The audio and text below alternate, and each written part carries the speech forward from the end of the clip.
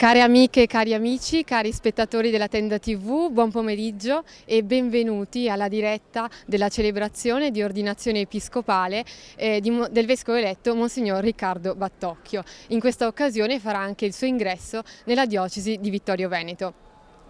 Don Riccardo, 62 anni, lo ricordiamo, è sacerdote della diocesi di Padova e lo scorso 24 febbraio è stato eletto nuovo presule di questa chiesa da Papa Francesco dopo la conclusione del ministero episcopale di Monsignor Corrado Pizziolo.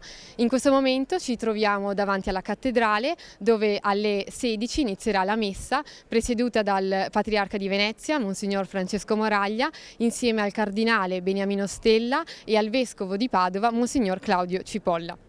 Io sono Beatrice Zavotti e in questa prima parte della diretta seguiremo l'attesa della celebrazione ascoltando alcune voci che ci raccontano come la diocesi è arrivata a questo appuntamento da questa postazione di piazza Giovanni Paolo I e nell'altra postazione della Tenda TV in seminario dove si trova Sara Gasponi. Ma intanto diamo il benvenuto al nostro primo ospite, Don Alessio Magoga, direttore del settimanale diocesano L'Azione. Benvenuto Don Alessio. Grazie Beatrice, approfitto per dare anch'io un benvenuto a tutte le persone che ci stanno seguendo, un caloroso benvenuto perché quello che stiamo vivendo è un evento davvero per la nostra diocesi, un momento di festa, un momento di gioia che vogliamo anche così mettere a disposizione tutte le persone che ci stanno seguendo nel modo migliore possibile, anche grazie appunto alla Tenda TV. Don Alessio, la domanda è d'obbligo: chi è Monsignor Battocchio e come la diocesi si è preparata a questo appuntamento?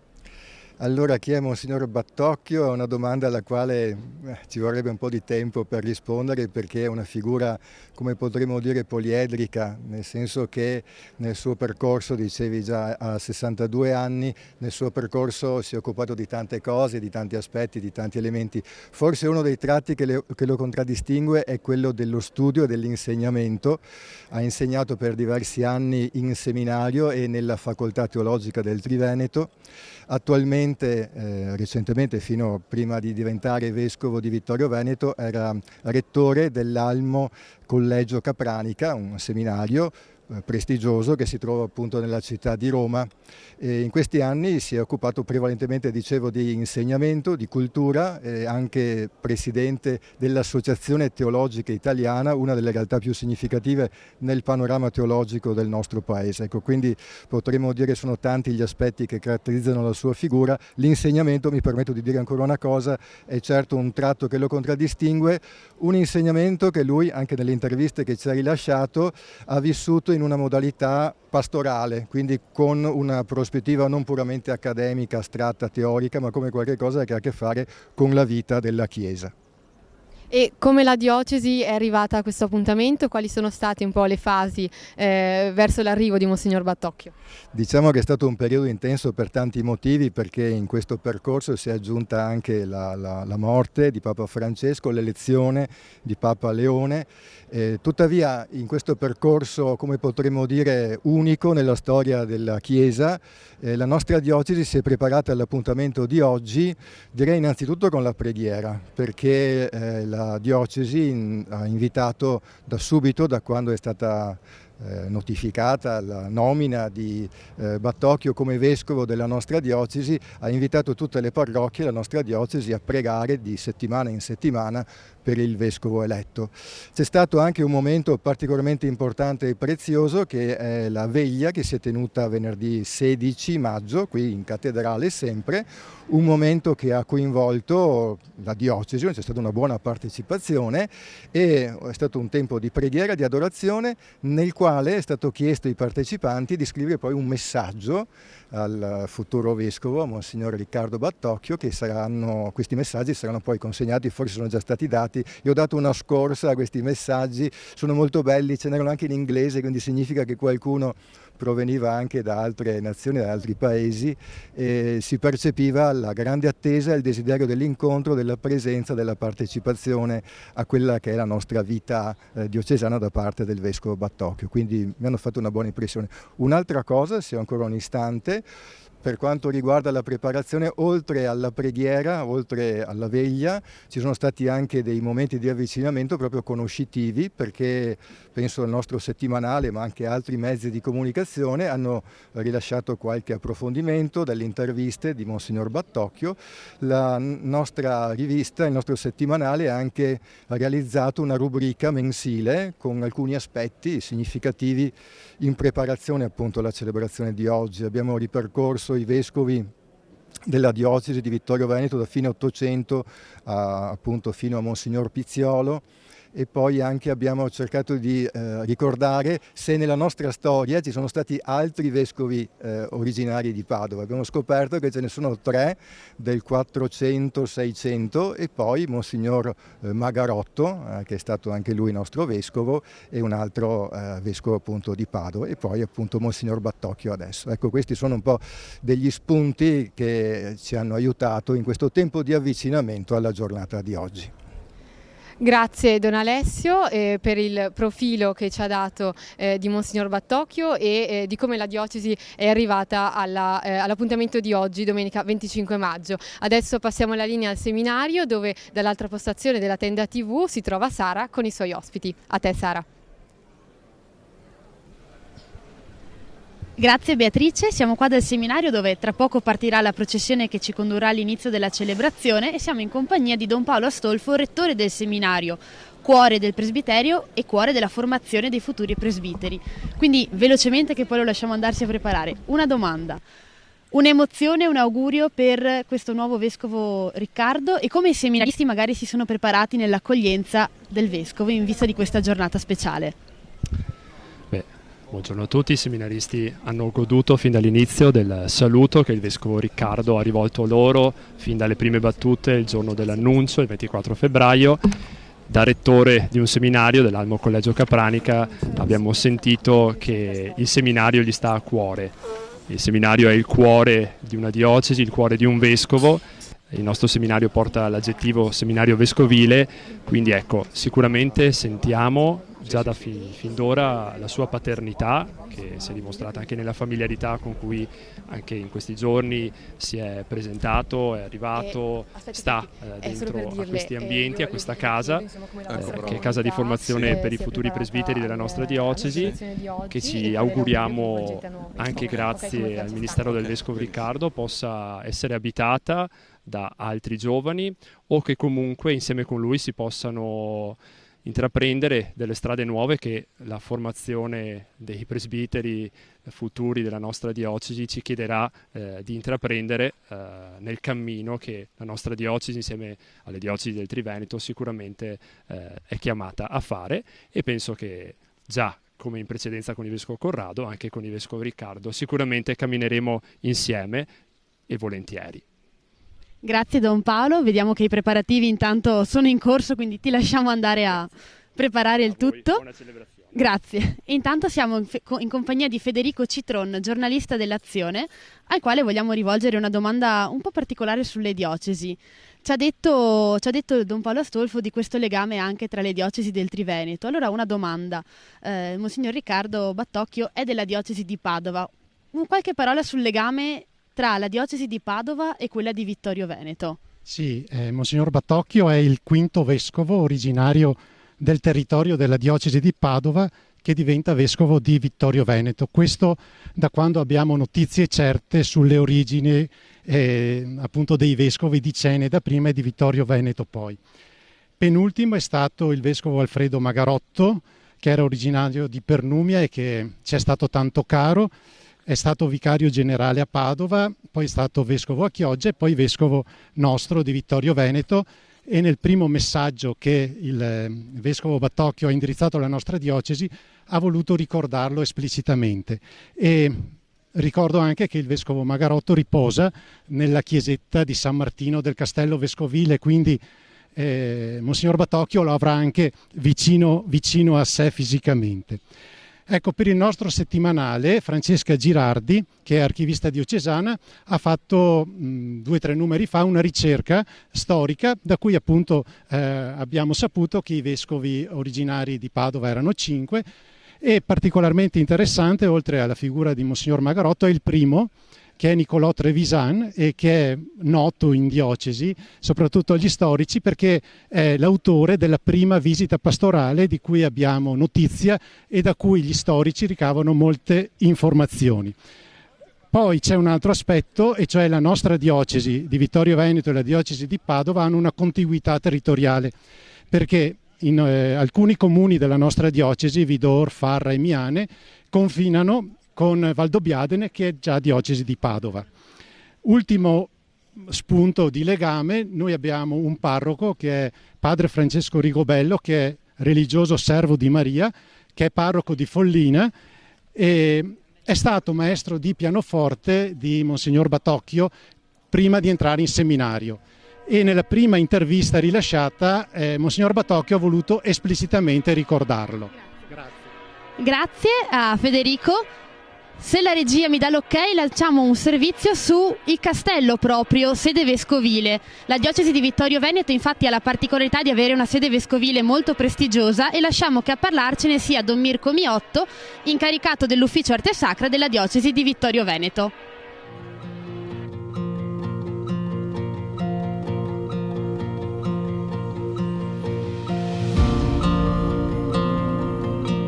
Ci troviamo all'interno della corte del castello di San Martino, castello vescovile del 700 d.C., dimora dei vescovi prima di Ceneda, poi di Vittorio Veneto, in maniera pressoché ininterrotta, tranne una piccola parentesi, alla fine dell'Ottocento, quando il castello fu demaniato.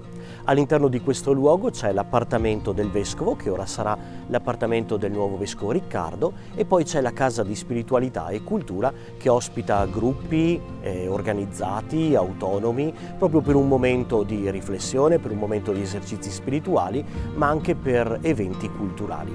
Saliamo lungo la scalinata di questo antico maniero e andiamo a vedere la sala d'ingresso del Vescovado. La apriremo oggi in maniera speciale proprio in occasione della ordinazione episcopale e dell'inizio del ministero episcopale del Vescovo Riccardo.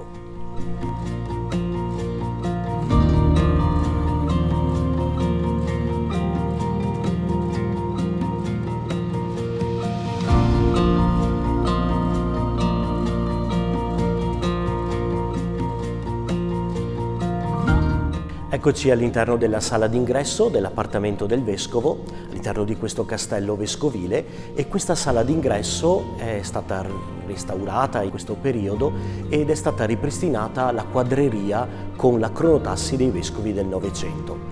Iniziamo dal vescovo Brandolini, che fu colui che riprese e ricomperò il castello dopo che venne demaniato. Brandolini fu nostro vescovo fino al 1908. Dopo di Brandolini abbiamo il vescovo Caron, di seguito il vescovo Caroli, semplicemente li indico velocemente, Zaffonato, poi abbiamo il vescovo Carraro, di seguito Luciani, che tutti conosciamo come Giovanni Paolo I, Beato Luciani, che fu nostro vescovo per 11 anni, il vescovo Cunial, il vescovo Eugenio Ravignani, il vescovo Magarotto, il vescovo Giuseppe Zenti e per finire appunto con il vescovo, attualmente vescovo emerito di Vittorio Veneto, Corrado Pizziolo, che fu nostro vescovo fino appunto a quest'anno.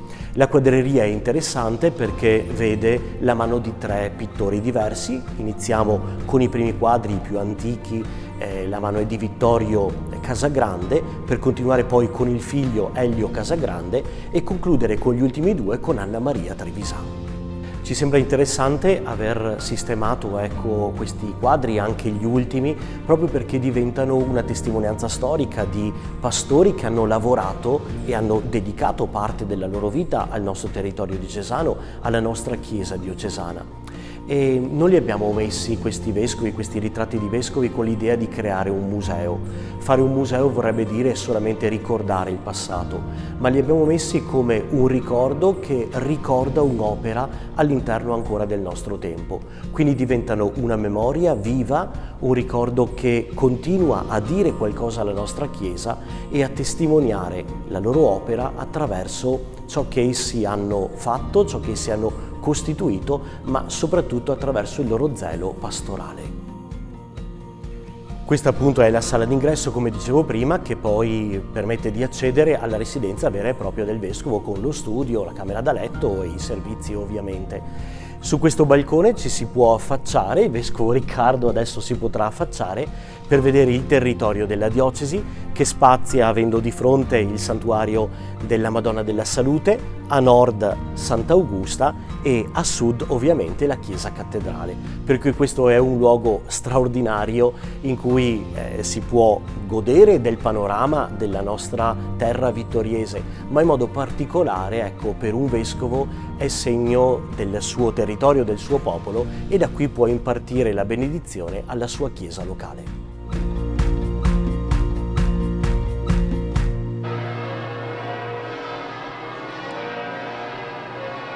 Sì, riprendiamo la linea da Piazza Giovanni Paolo I, che ricordiamo essere intitolata da Albino Luciani, che fu vescovo di questa diocesi, quindi patriarca e poi pontefice nel 1978, oggi è beato. Qui stanno suonando le campane a festa e ci ha raggiunto dalla nostra postazione Gianluigi Manighetti, presidente della consulta delle aggregazioni laicali della diocesi di Vittorio Veneto. Grazie per essere qui con noi. Come è impegnata la consulta e come accoglierete il nuovo vescovo? Grazie Beatrice di questa opportunità. La consulta delle aggregazioni laicali è un organismo di partecipazione che nelle diocesi c'è, vive e respira assieme alle altre consulte che ci sono nel Triveneto, nella regione ecclesiastica, e anche in collaborazione con Roma, con la CNAL. Lo scopo che ha è quello di crescere con la crescita reciproca, la conoscenza reciproca e la partecipazione, e quindi su questo ci stiamo parecchio lavorando, nella conoscenza delle attività che facciamo, di quello che portiamo avanti, proprio per il bene del laicato presente nel territorio che c'è. Quello che stiamo facendo di solito in questo periodo è la preparazione alle veglie di Pentecoste che il Vescovo Corrado ci aveva affidato. Quest'anno è un anno speciale, quello del Giubileo, quindi non ci sarà la veglia di Pentecoste, ma saremo anche noi al Giubileo che c'è per le aggregazioni e i movimenti il 8 giugno, e saremo quindi a Roma. Abbiamo organizzato del pullman, che siamo in contatto con le altre aggregazioni che parteciperanno al Giubileo con il pullman. Un auspicio mi diceva per quanto riguarda il nostro vescovo che entra. Per quanto riguarda Don Riccardo, penso che parecchio attraverso le veglie di preghiera che ci sono state, così abbiamo chiesto in lui le grazie della partecipazione. Sicuramente anche lui ha fatto pensieri verso l'insediamento e quello che sarà il suo futuro, così, no? A me viene una cosa in particolare, pensando al nostro territorio, una diocesi non grande però ricca di varie caratteristiche che ha. Mi viene un pensiero, pensando appunto a questo territorio che è stato, grazie anche al seminario, così terra buona per vocazioni, che poi sono diventati sacerdoti, vescovi, anche cardinali, ne vedremo anche oggi per delle presenze, così, no? Anche per lui che ci aiuti e ci accompagni su vivere quella amatevi fratelli, che sia questo che ci accompagna nelle necessità che abbiamo oggi e ci allarghi un po' di più anche nel dialogo attraverso le realtà sia ecclesiale ma anche con la società civile. Ci sono dei rappresentanti civili all'interno che vedremo, e così il vescovo ortodosso che è presente qui, ci sia anche questa ricchezza di mescolanza nel crescita che abbiamo. Grazie a Gianluigi Manighetti, e adesso ci raggiunge padre Antonio Scabio, superiore del convento di San Francesco di Vittorio Veneto e neoeletto ministro provinciale della provincia Sant'Antonio dei Frati Minori del Nord Italia. Intanto padre Antonio, grazie per essere qui con noi, congratulazioni per il nuovo incarico.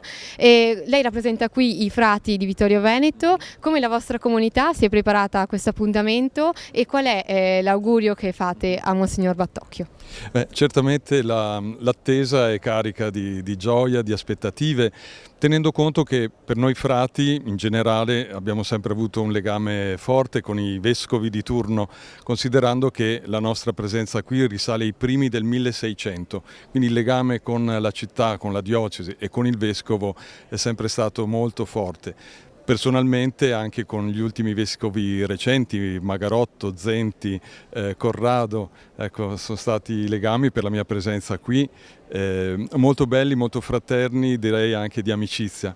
Per quanto riguarda noi frati, ecco, noi desideriamo augurare da parte mia e di tutti certamente un ministero fecondo, di prossimità, di vicinanza a tutti i livelli, ma anche di coinvolgimento in quella corresponsabilità che è la sinodalità. Ecco, so che il Vescovo entrante è esperto di questo, gli auguriamo, ecco, di declinarlo in tanti modi con cui poi la diocesi in tutta la sua grandezza e complessità richiederà. Da parte nostra di frati siamo presenti qui anche a Motta di Livenza nel santuario Madonna dei Miracoli, ecco, auguriamo tutto il bene, un servizio di pastore, ecco, di pastore che si prende cura del gregge, che ci sta in mezzo, che cammina insieme, e noi frati ci siamo. Grazie a Padre Antonio, e noi adesso mandiamo la linea in seminario, dove tra pochi minuti tra l'altro inizierà la processione. A te, Sara.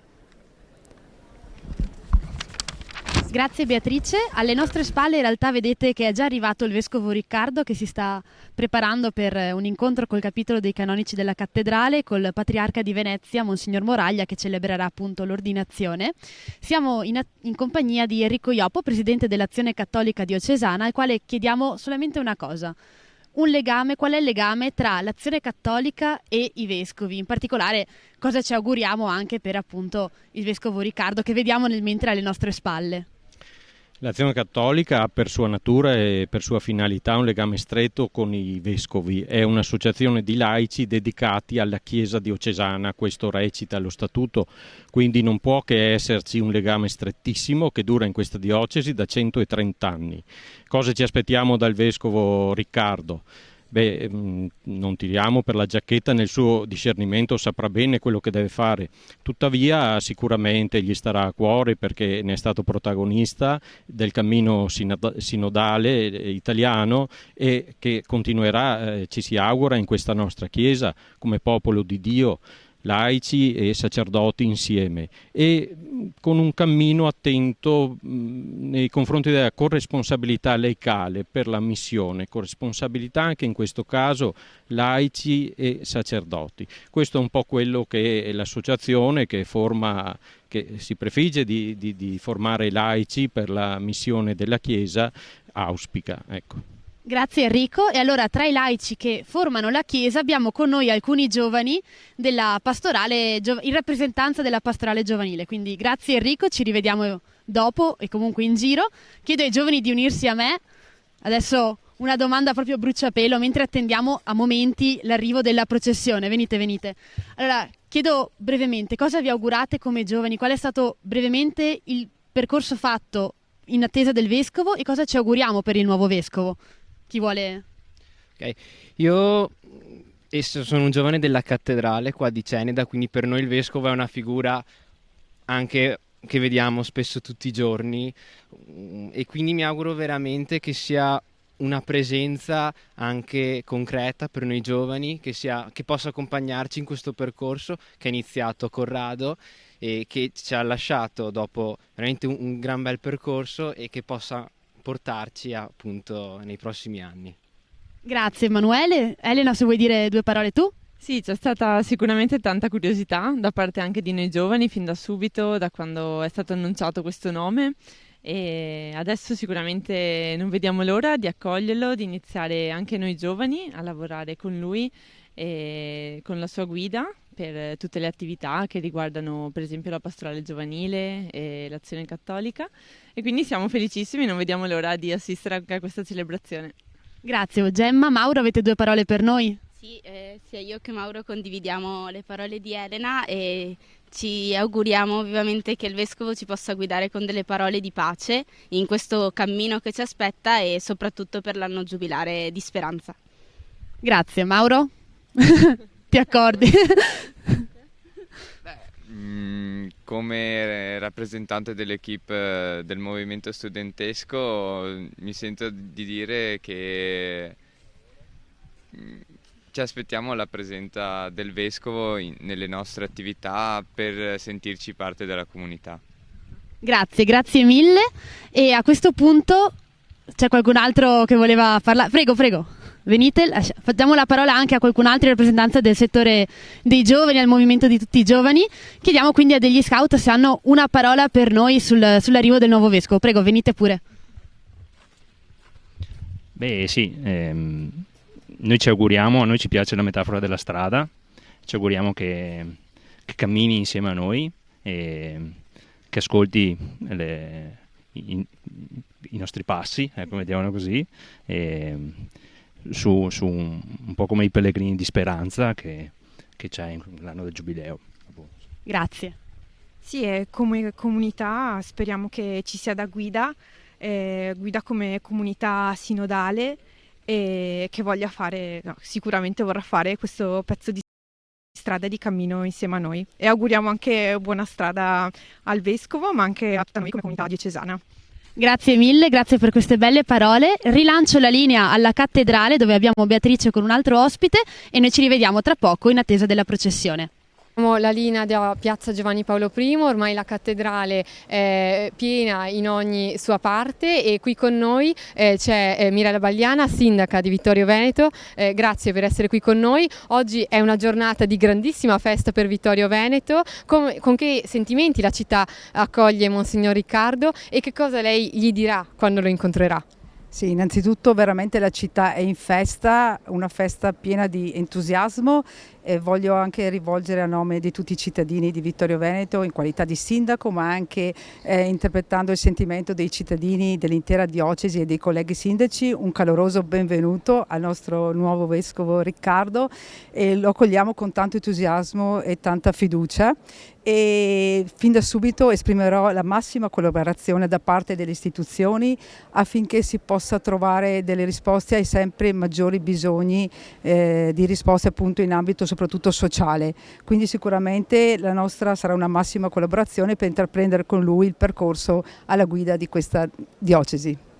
Vittorio Veneto è una città che ha visto tanti vescovi e tante figure illustri, quindi un doppio onore per la vostra città. Certo, un pensiero sicuramente va a Papa Albino Luciani, che è stato tanti anni vescovo di Vittorio Veneto e quindi un ricordo caloroso, e sicuramente anche il nostro nuovo vescovo Riccardo saprà fare altrettanto bene. Grazie al sindaco Bagliana e prima di rimandare la linea al seminario mandiamo in onda il messaggio di saluto e augurio del vescovo emerito di Vittorio Veneto, Monsignor Corrado Pizziolo, direttamente dal Brasile dove si trova come missionario. Carissimi, vi raggiungo con queste immagini proprio nel momento in cui vi preparate a vivere la consacrazione e l'ingresso del nuovo vescovo Riccardo. Mi sento in profonda comunione con voi, insieme con Don Paolo, e vi assicuro non solo il mio ricordo, ma anche la preghiera con cui parteciperemo spiritualmente a questo momento importante. Un grande augurio a Don Riccardo perché possa davvero guidare la nostra diocesi con quella sapienza che è dono dello Spirito, e un grande augurio a tutti voi che sappiate sostenerlo e accompagnarlo con la preghiera e con la vita cristiana autenticamente testimoniata e comunicata a tutti. Un grande augurio e un grande saluto a tutti voi. Sì, io dovrei lanciarti quando vediamo uscire la processione, ma...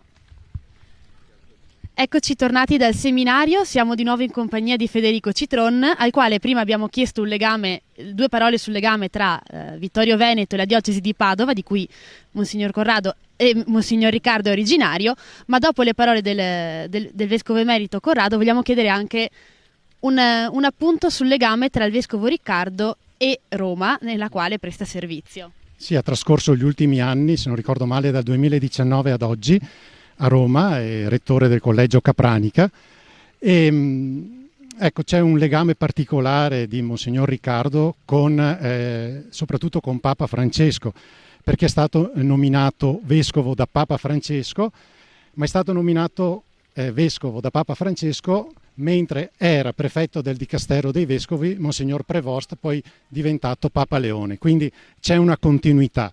Ha avuto modo il vescovo Riccardo di conoscere direttamente Papa Francesco in quanto segretario del Sinodo, quindi ha trascorso diverse giornate insieme a Papa Francesco e nella sua prima intervista rilasciata all'Azione ci ha detto che ha potuto apprezzare l'importanza che Papa Francesco dava a ciascuno. L'ha visto durante i lavori del Sinodo mentre ascoltava tutti, faceva selfie, firmava dediche o mandava messaggi. Ecco, e soprattutto una cosa che mi piace sottolineare: l'attenzione a ogni persona è un insegnamento che faccio mio. Ecco, quindi ha preso tanto da Papa Francesco, ma in particolare questa attenzione verso ciascuno. Ecco, invece Papa Leone, del Vescovo Prevost, Monsignor Battocchio, ha parlato in un messaggio pubblicato nell'Azione, sottolinea che non lo ha conosciuto di persona, lo ha visto sì durante il Sinodo, ha avuto modo di incrociarlo, ma non di appunto approfondire la conoscenza personale. Comunque lo definisce una persona di grande esperienza e di buona cultura giuridica e teologica, è un testimone limpido della fede in Gesù Cristo, e le sue prime parole come Papa sono state un augurio di pace. Questo lo sottolinea il Vescovo Riccardo, perché come motto che ha scelto per il suo ministero episcopale c'è una frase della lettera di San Paolo agli Efesini: egli è la nostra pace. E anche oggi, tra l'altro, alla liturgia c'è il saluto di Gesù: vi do la mia pace. Quindi c'è questo legame anche con Papa Leone nel motto scelto dal Vescovo Riccardo. Quindi un augurio di pace. Noi siamo in attesa della processione, dovrebbe partire a momenti, vediamo un po' di movimento alle nostre spalle. Ricordiamo che i sacerdoti saranno circa 200, i vescovi quasi una trentina, quindi una parola veloce mentre sta quasi per partire la processione. Un augurio, un'attesa da questo Vescovo Riccardo. Sì, io direi, mi piace qui citare quello che lui stesso, l'augurio che egli stesso fa alla nostra diocesi, che ha fatto tramite il nostro settimanale L'Azione nell'ultimo numero. Lui ci ha detto: porterò a Vittorio quello che sono, nella consapevolezza dei miei limiti e dei miei difetti. Alcuni mi sono già noti, altri emergeranno cammin facendo. Ecco, già questo è un segno di umiltà, un po' come l'abbiamo vista in Papa Leone fin dal primo giorno, fin dalla prima apparizione in piazza San Pietro. E poi c'è un altro passaggio, secondo me, molto importante, laddove dice, gli viene chiesto come mai si fa ordinare vescovo nella diocesi di Vittorio e non nella sua diocesi di origine, e qui dice che è stato così fino nel primo millennio della storia della Chiesa, e soprattutto dice l'ultimo sinodo che si è tenuto appunto a Roma ha detto in uno degli enunciati che è bene ritornare all'ordinazione nella diocesi in cui poi di cui si sarà appunto vescovi.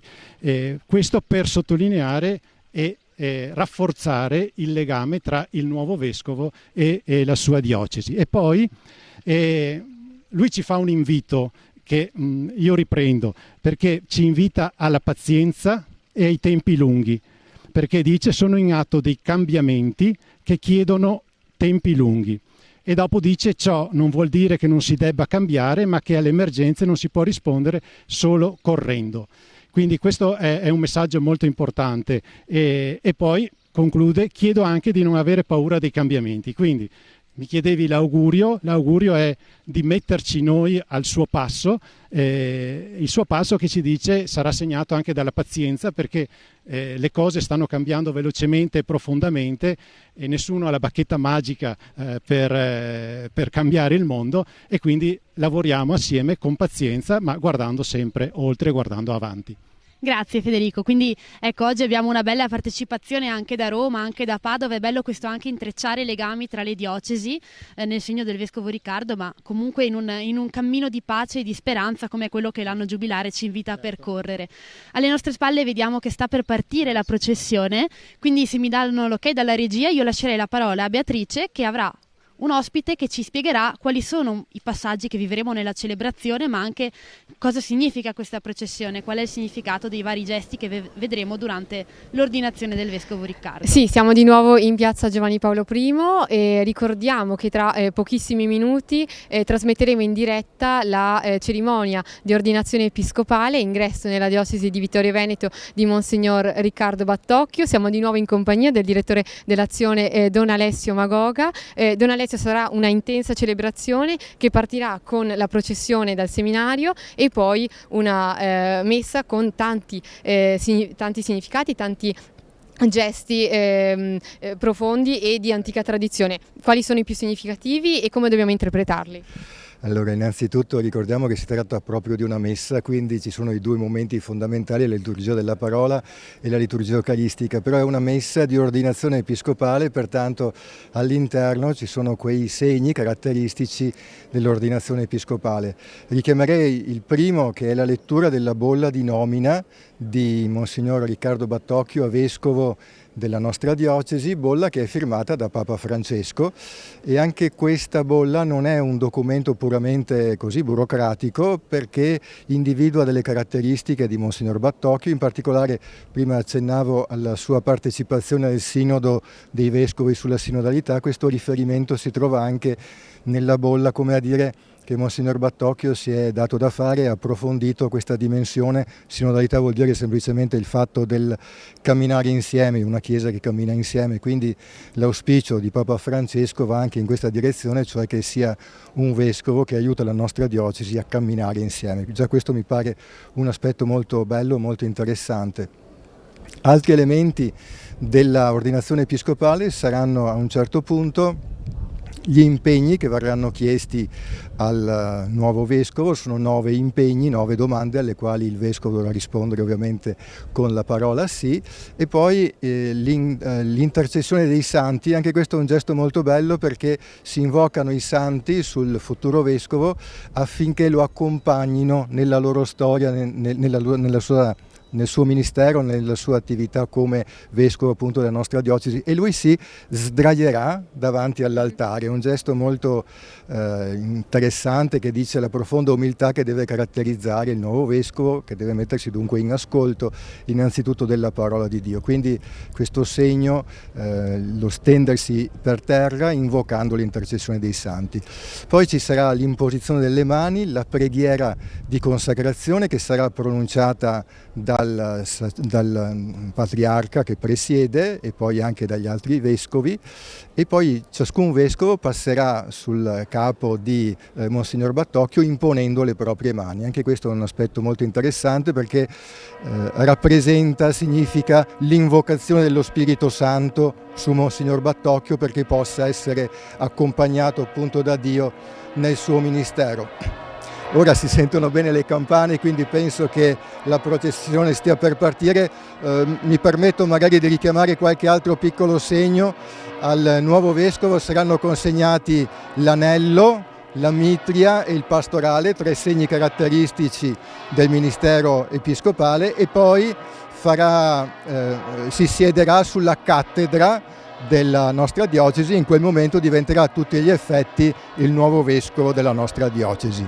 Dopo la comunione ci sarà anche la prima benedizione di Monsignor Battocchio al popolo di Dio che si è riunito in cattedrale e anche fuori per partecipare all'ordinazione.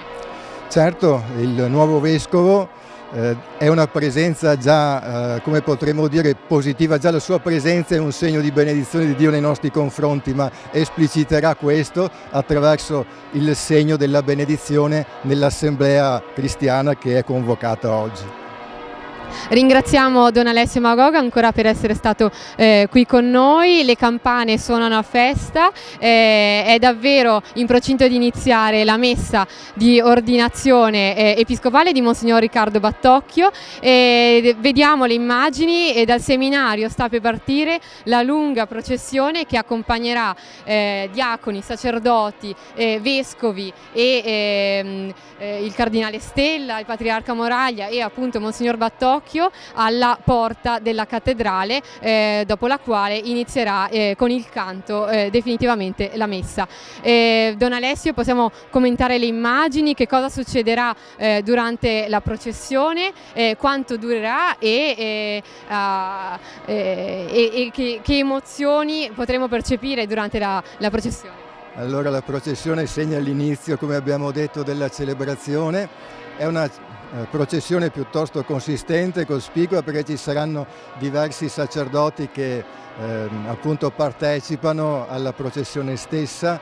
Sono quasi tutti i sacerdoti della diocesi di Vittorio Veneto che partecipano appunto alla processione e entreranno in chiesa. Complessivamente i sacerdoti sono circa 200 grosso modo, quelli presenti in questa Santa Messa, quindi è un numero molto significativo. Come abbiamo già detto, la parte principale dei preti della diocesi vittoriese, ma poi ci sono anche i preti di Padova e del collegio Capranica, quindi un numero importante di sacerdoti, ecco, che stanno partendo, attraverseranno il cortile del seminario, poi usciranno nella piazza Giovanni Paolo I e progressivamente si avvicineranno alla cattedrale. Se mi è permesso dire un'altra parola, dicevamo un gesto molto importante della celebrazione episcopale alla fine sarà quello in cui Monsignor Battocchio, dalla sedia dove sarà collocato nella prima parte della messa,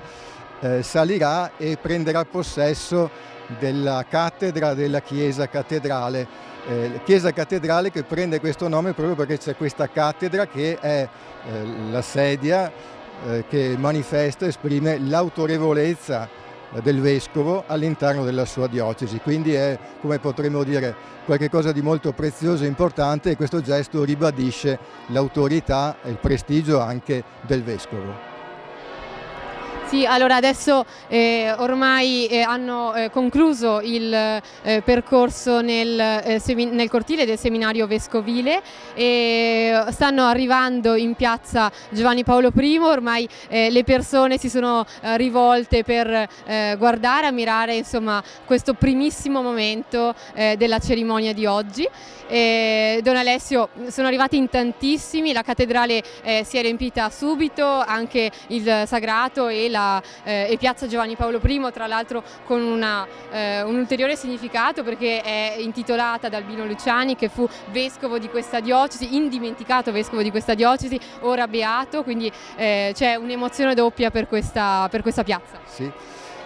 Di Giovanni Paolo I abbiamo una bellissima statua qui alla nostra sinistra, poco distante dall'ingresso della cattedrale, che ci ricorda la sua presenza, il suo contributo alla nostra diocesi. Penso che possiamo anche essere orgogliosi per quanto riguarda la nostra storia, la nostra identità.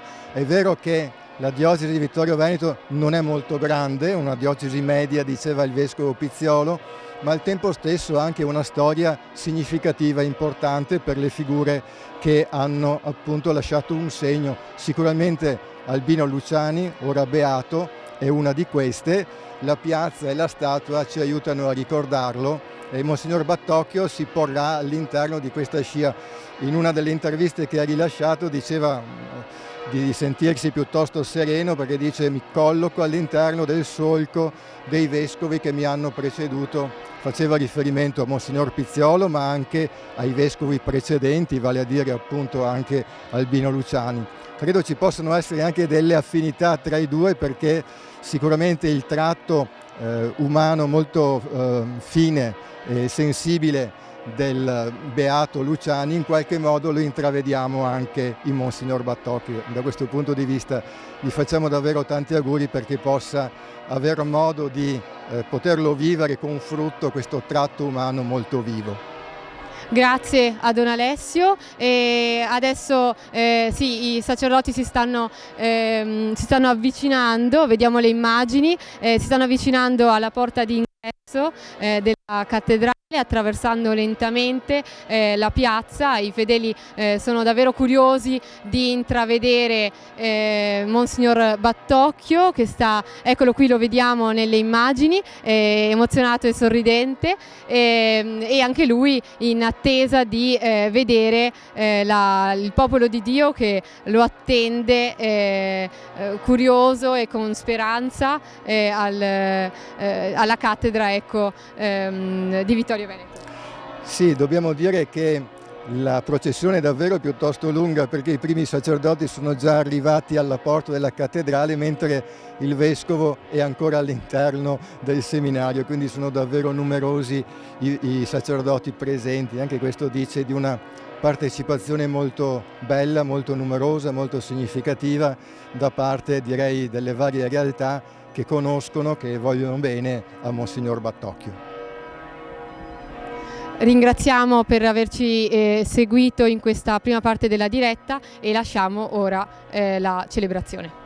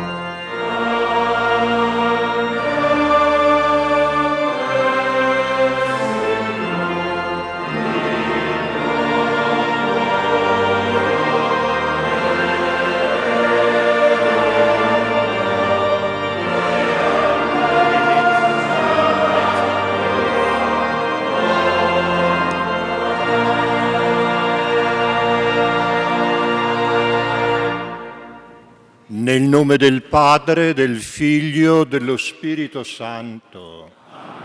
La pace sia con voi.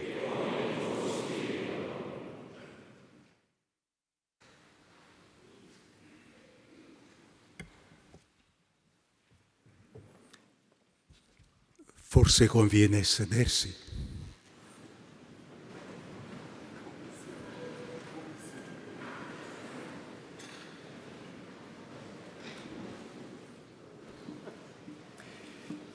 In qualità di amministratore diocesano, a nome dei presbiteri, dei diaconi, delle persone di vita consacrata, dei fedeli laici e delle varie associazioni e istituzioni della Chiesa vittoriese qui rappresentate, porgo un cordiale benvenuto a tutti.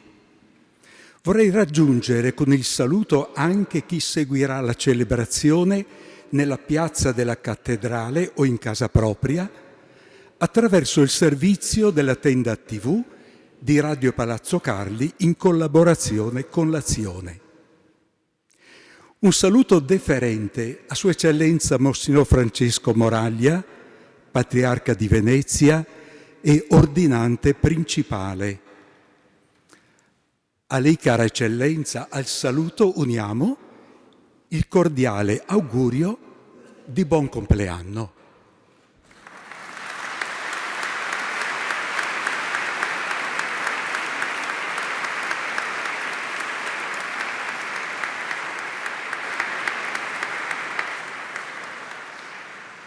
Un saluto cordiale ai due vescovi coordinanti, al nostro Cardinale Beniamino Stella, prefetto emerito del Dicastero per il Clero, e a Monsignor Cipolla, Claudio Cipolla, vescovo di Padova. Un saluto cordiale al Cardinale Paolo Romeo, arcivescovo emerito di Palermo. Chiedo venia a tutti gli arcivescovi e vescovi presenti, se non li nomino uno ad uno. So che mi perdonate. Sono gli arcivescovi e vescovi, figli della nostra Chiesa di San Tiziano, della regione ecclesiastica del Triveneto o provenienti da Roma e da altre parti d'Italia, con particolari legami con l'Almo Collegio Capranica o direttamente con la persona di Monsignor Riccardo. Un saluto deferente anche a Sua Eccellenza Athenagoras Fasiolo, vescovo di Terme e ausiliare per il Nord Italia della Sacra Archidiocesi Ortodossa d'Italia. Saluto i 30 presbiteri, circa 30 presbiteri della diocesi di Padova e la numerosa presenza di preti, diaconi e alunni dell'Almo Collegio Capranica. Un affettuoso saluto a tutti i familiari, paesani e amici di Monsignor Riccardo. Infine, un particolare deferente saluto al prefetto di Treviso, dottor Angelo Sidoti, al presidente della provincia di Treviso, dottor Stefano Marcon, al vicequestore vicario di Treviso, dottor Domenico De Maio, alla sindaca di Vittorio Veneto, dottoressa Mirella Balliana, al sindaco di Romano De Zelino, dottor Simone Bontarin, e unitamente a loro a tutte le autorità civili e militari che ci onorano con la loro presenza. Ma ora una parola particolare a lei, Monsignor Riccardo. Caro Vescovo Riccardo, ti accogliamo a braccia aperte. Arrivi in una diocesi che ha accolto la tua nomina con gioia, che ha letto con attenzione il tuo messaggio iniziale e ne ha goduto, che ha avuto conoscerti e incontrarti nei vari pellegrinaggi di Roma, che ha pregato intensamente per te e che ora ha un grande desiderio di accoglierti come fratello e padre nella fede. Oggi invochiamo su di te il dono dello Spirito Santo. Lo chiediamo con abbondanza. Egli ti sia guida nella guida della nostra diocesi, tua nuova famiglia. Siamo certi che con la grazia dello Spirito Santo sarai faro di luce per grandi e piccoli, poveri e ricchi, sani e ammalati, vicini e lontani, nel desiderio di recare tutti a Lui, Cristo, nostra pace. Grazie, Vescovo Riccardo, per aver accolto con serenità e piena disponibilità questa grande responsabilità per la nostra Chiesa. Ma permetti un collegamento da lontano. Noi ci sentiamo ancora molto legati alla persona del tuo predecessore, Monsignor Corrado. So che tu lo avevi invitato a questa celebrazione, ma lui ha voluto tenersi in disparte. Oggi però ha desiderato raggiungerci con un messaggio. Ci fa bene ascoltarlo insieme. Scrive Monsignor Corrado assieme a Don Paolo Salatin, nostri missionari in Brasile. Carissimo Monsignor Riccardo, confratelli vescovi, sacerdoti e diaconi, consacrati e consacrate, fratelli tutti. Pur lontano fisicamente, ci sentiamo in profonda comunione spirituale con tutti voi e desideriamo unire la nostra preghiera alla vostra, invocando con fede il dono dello Spirito Santo su Monsignor Riccardo e su tutta la nostra diocesi, perché da lui guidata essa possa continuare con fedeltà e generosità la sua lunghissima e gloriosa storia di fede, di speranza e di carità. Ci pare cosa molto bella che l'ingresso di Monsignor Riccardo avvenga proprio nel mezzo di quest'anno giubilare che ci ricorda in modo suggestivo la nostra identità, pellegrini di speranza. Siamo un popolo in cammino, sostenuti da quella speranza che il Signore Gesù ci dona giorno dopo giorno, insieme, chiamati a testimoniarla e a renderne ragione. In profonda comunione fraterna con tutti voi, ringraziamo il Signore per questo e vi salutiamo con tutto il cuore. Così Monsignor Corrado e Don Paolo.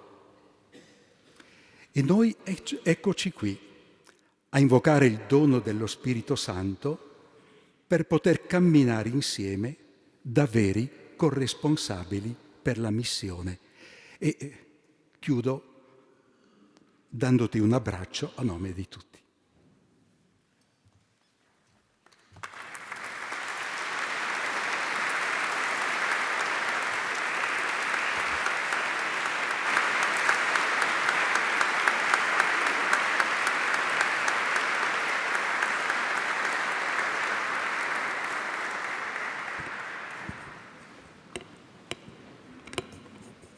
Fratelli e sorelle carissimi, durante questa celebrazione eucaristica il nostro fratello Riccardo sarà ordinato vescovo, cioè successore degli apostoli, che sulle rive del lago di Galilea Gesù chiamò a seguirlo perché diventassero insieme con lui pescatori di uomini e continuassero la missione di portare al mondo la lieta notizia del Vangelo.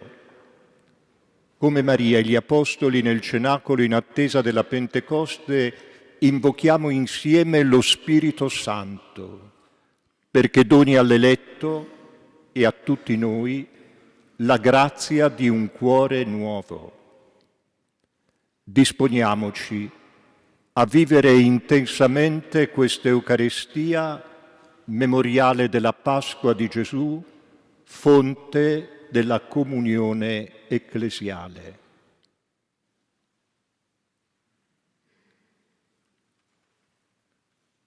Confesso a Dio Onnipotente e a voi, fratelli e sorelle, che ho molto peccato in pensieri, parole, opere ed omissioni. Mia grandissima colpa. E supplico la Beata Sempre Vergine Maria, gli angeli, i santi e voi, fratelli e sorelle, di pregare per me.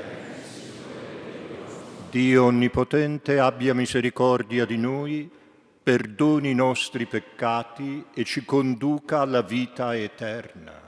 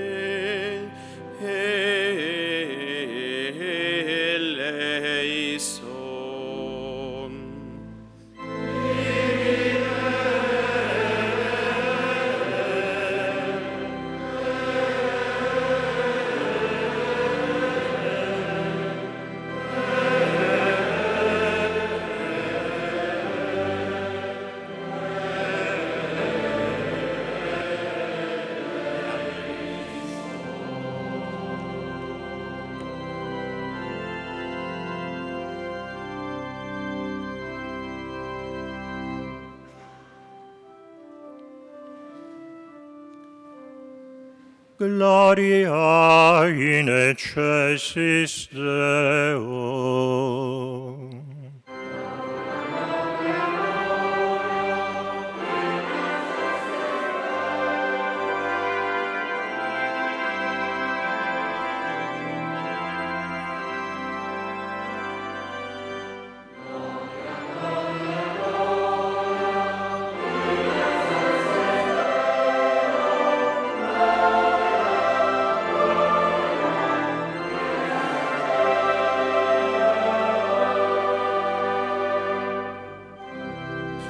In terra pax hominibus, one voluntatis.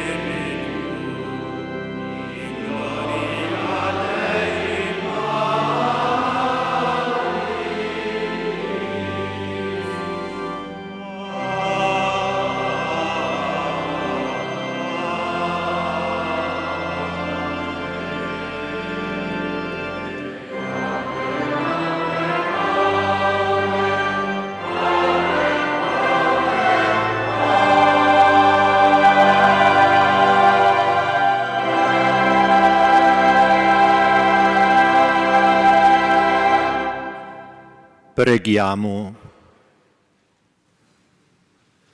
Dio Onnipotente, fa che viviamo con intenso amore questi giorni di letizia in onore del Signore risorto, per testimoniare nelle opere il mistero che celebriamo nella fede, per il nostro Signore Gesù Cristo, tuo Figlio che è Dio, e vive e regna con te nell'unità dello Spirito Santo per tutti i secoli dei secoli.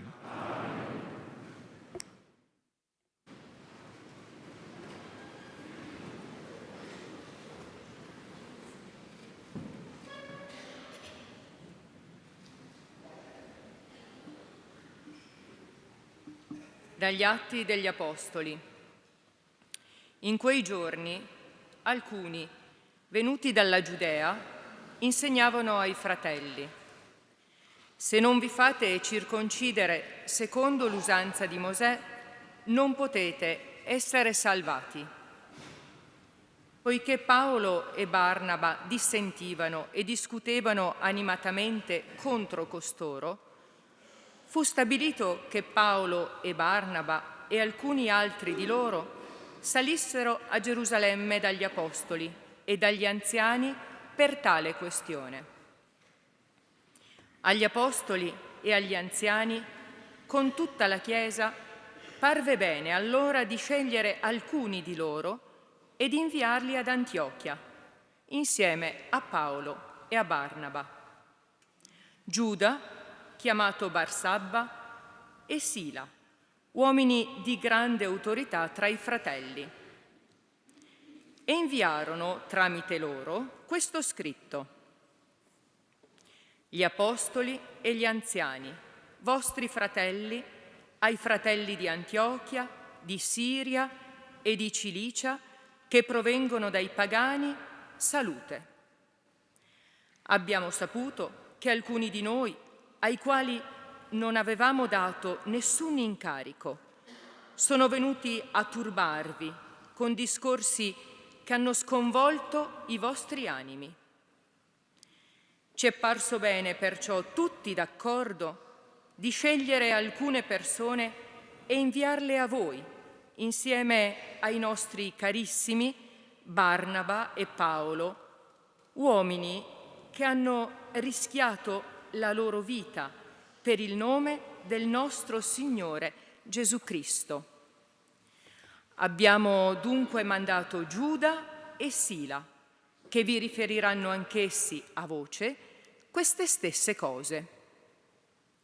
È parso bene, infatti, allo Spirito Santo e a noi di non imporvi altro obbligo al di fuori di queste cose necessarie: astenersi dalle carni offerte agli idoli, dal sangue, dagli animali soffocati e dalle unioni illegittime. Farete cosa buona a stare lontani da queste cose. State bene. Parola di Dio.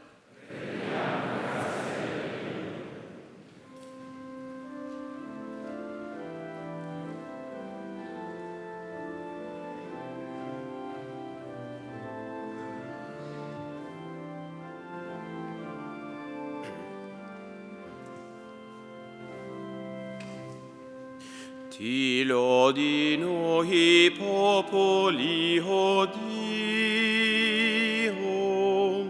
ti lodino i popoli tutti.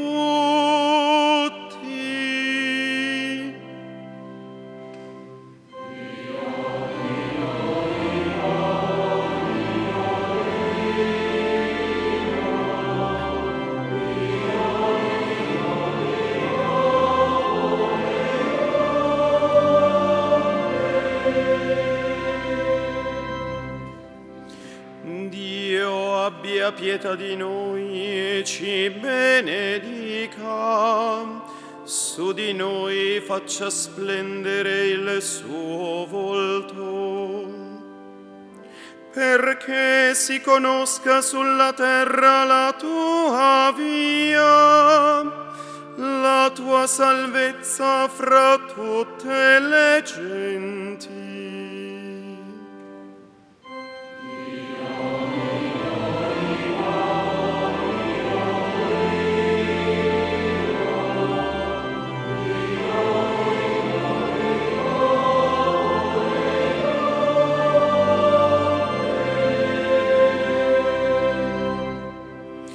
Gioiscano le nazioni e si rallegrino, perché tu giudichi i popoli con rettitudine,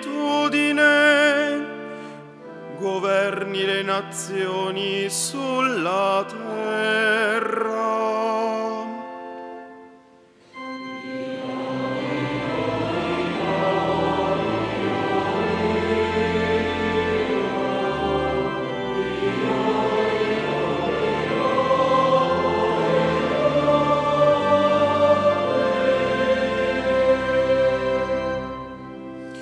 Ti lodino i popoli, o Dio, ti lodino i popoli tutti.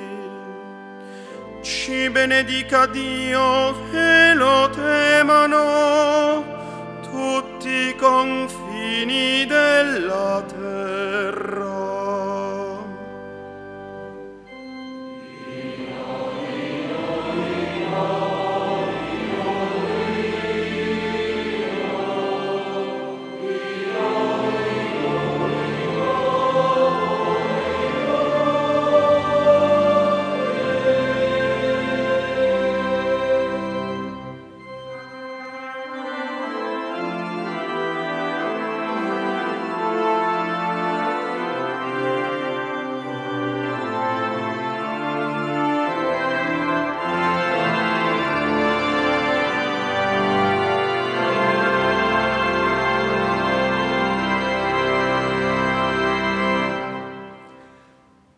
Dal libro dell'Apocalisse di San Giovanni Apostolo.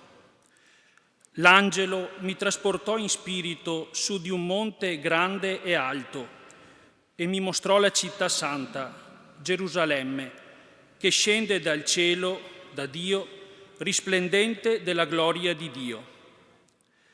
Il suo splendore è simile a quello di una gemma preziosissima, come pietra di diaspro cristallino.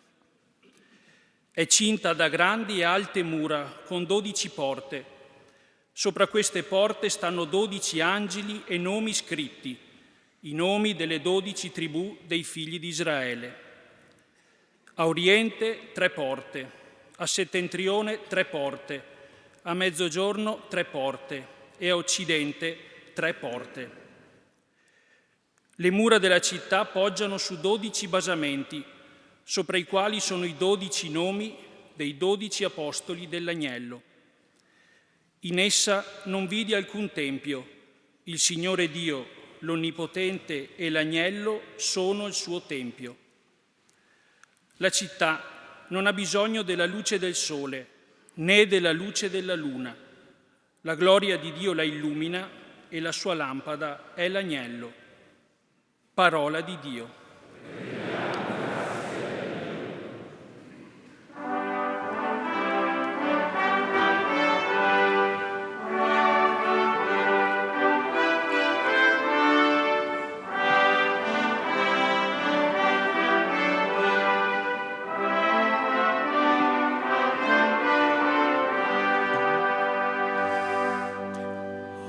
Alleluia, alleluia, alleluia, alleluia, alleluia, alleluia,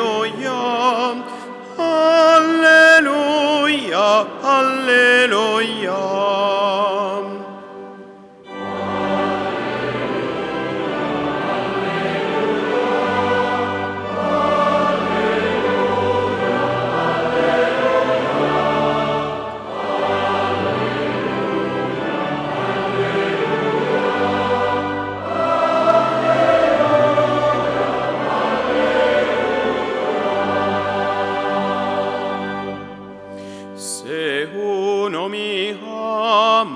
osserverò la mia parola, dice il Signore, e il Padre mio lo amerà, e noi verremo a Lui.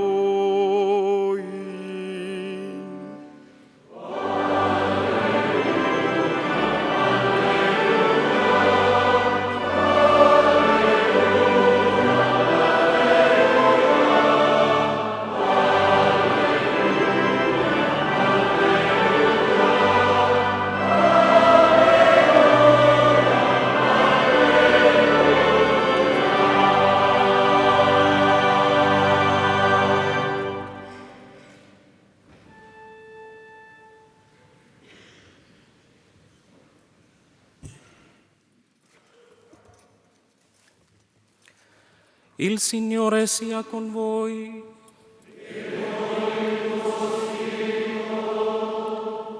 Dal Vangelo secondo Giovanni.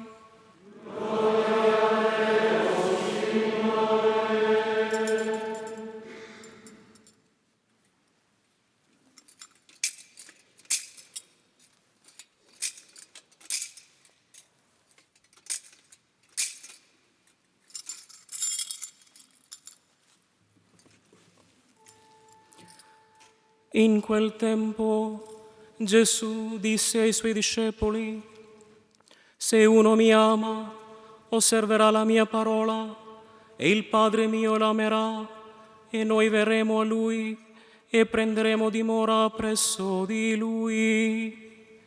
Chi non mi ama non osserva le mie parole, e la parola che voi ascoltate non è mia, ma del Padre che mi ha mandato. Vi ho detto queste cose mentre sono ancora presso di voi, ma il Paraclito, lo Spirito Santo, che il Padre manderà nel mio nome, Lui vi insegnerà ogni cosa e vi ricorderà tutto ciò che io vi ho detto. Vi lascio la pace, vi do la mia pace. Non come la dà il mondo, io la do a voi. Non sia turbato il vostro cuore e non abbia timore. Avete udito che vi ho detto: vado e tornerò da voi. Se mi amaste, vi rallegrereste che io vado al Padre, perché il Padre è più grande di me. Ve l'ho detto ora, prima che avvenga, perché quando avverrà, voi crediate. Parola del Signore.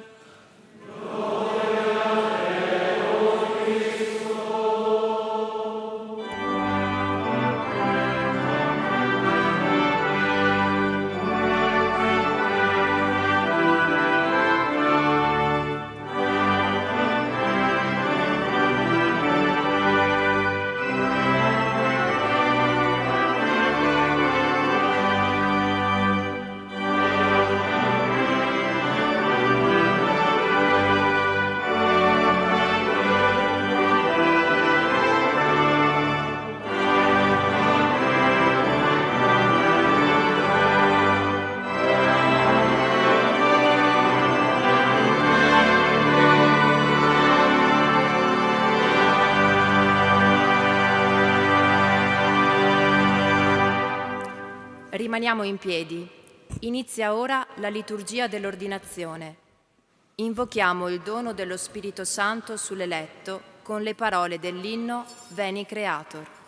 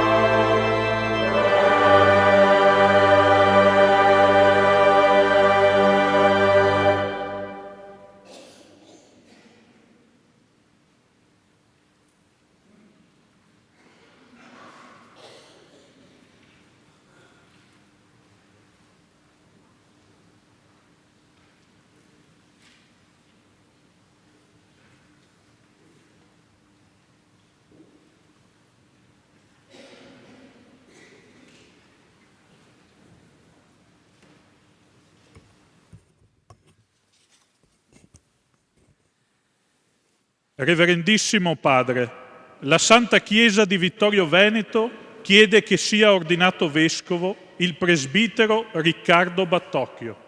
Avete il mandato del Papa? Sì, lo abbiamo. Se ne dia lettura.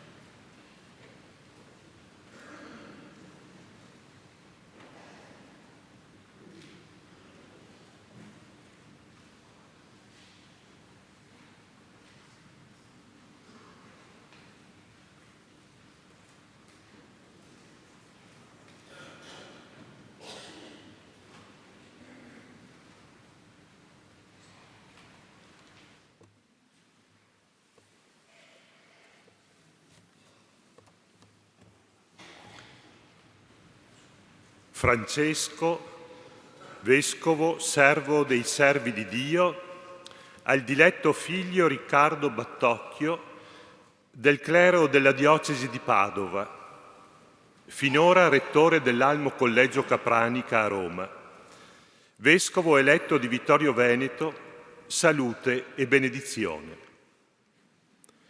Nostro Signore ci avrebbe invano comandato la pace, se prima non l'avesse a noi lasciata e donata.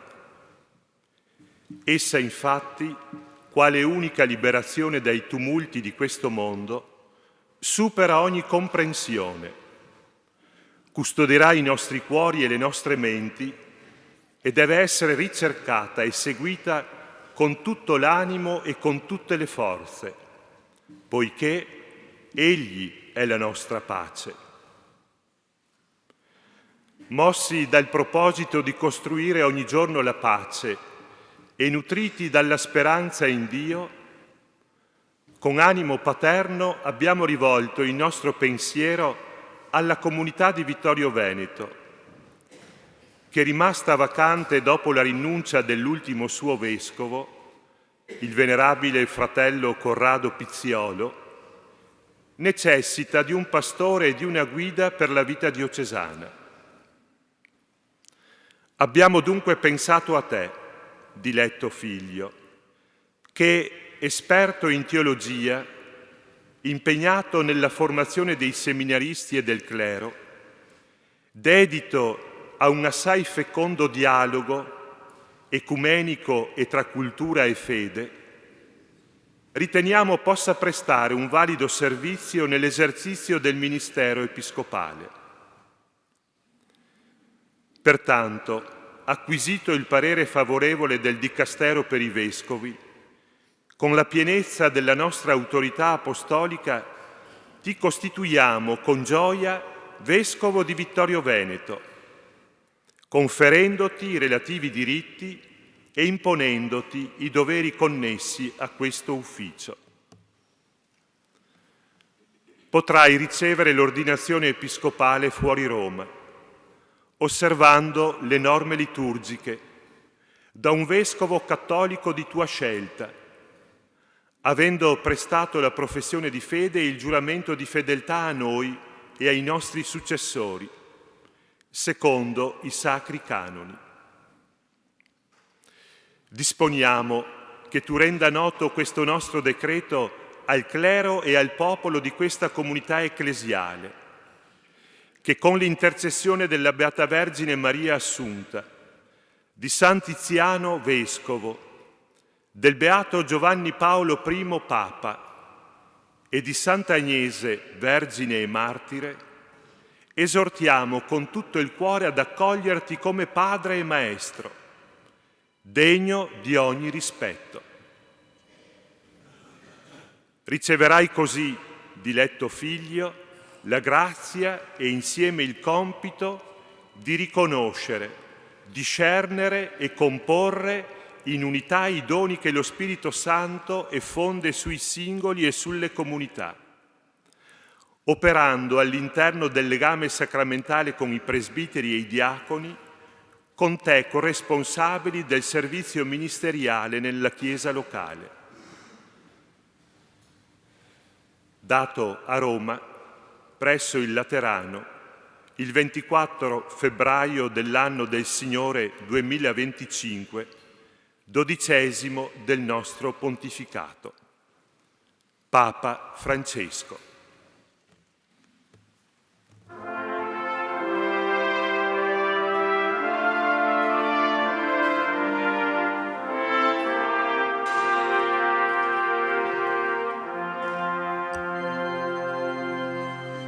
Il Signore è buono e sempre con noi. Gloria, gloria, cantiamo al Signore.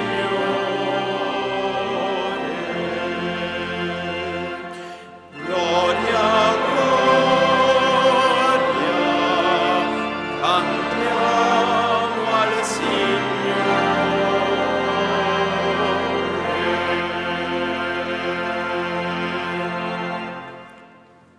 Cari confratelli nell'Episcopato, cari presbiteri, diaconi, consacrati, fedeli, questa celebrazione ha un protagonista, la Chiesa che è in Vittorio Veneto.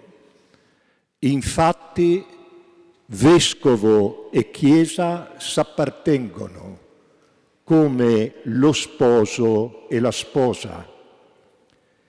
I vescovi qui convenuti che saluto dicono con la loro presenza il valore della collegialità.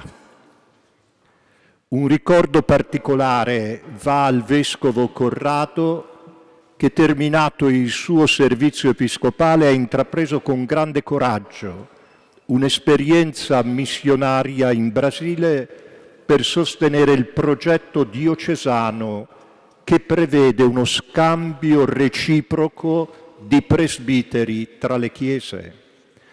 Saluto il Cardinal Beniamino Stella, figlio di questa terra, le autorità civili e militari presenti e Sua Eccellenza l'Ausiliare del Metropolita Policarpo della Chiesa Ortodossa Greca d'Italia. Innanzitutto rivolgiamo il nostro saluto affettuoso, la nostra preghiera per il Santo Padre Leone, affinché all'inizio del suo ministero, come lui ci ha chiesto, avverta il forte sostegno di tutta la Chiesa. Un ricordo nella preghiera anche per Papa Francesco, affinché possa essere accolto in cielo dal Dio della misericordia. Carissimo Vescovo Riccardo, sei chiamato col tuo presbiterio ad essere segno di Gesù sommo sacerdote nella Chiesa che oggi ti viene affidata. Tutto, come sai, inizia dalla fede, senza la quale non c'è carità, ma solo solidarietà. Non c'è speranza, ma solo ottimismo. Realtà buone, necessarie, ma non sufficienti per la vita cristiana. La prima lettura di oggi, tratta dagli Atti degli Apostoli, ci ricorda come nella Chiesa delle origini molti fedeli provenivano dal giudaismo, molti dal paganesimo. Si viveva insomma il primo cambiamento d'epoca e la Chiesa era chiamata ad una scelta. Quale fu il metodo e il criterio? Alcuni, venuti dalla Giudea, abbiamo ascoltato, insegnavano ai fratelli: se non vi fate circoncidere secondo Mosè non potete essere salvati.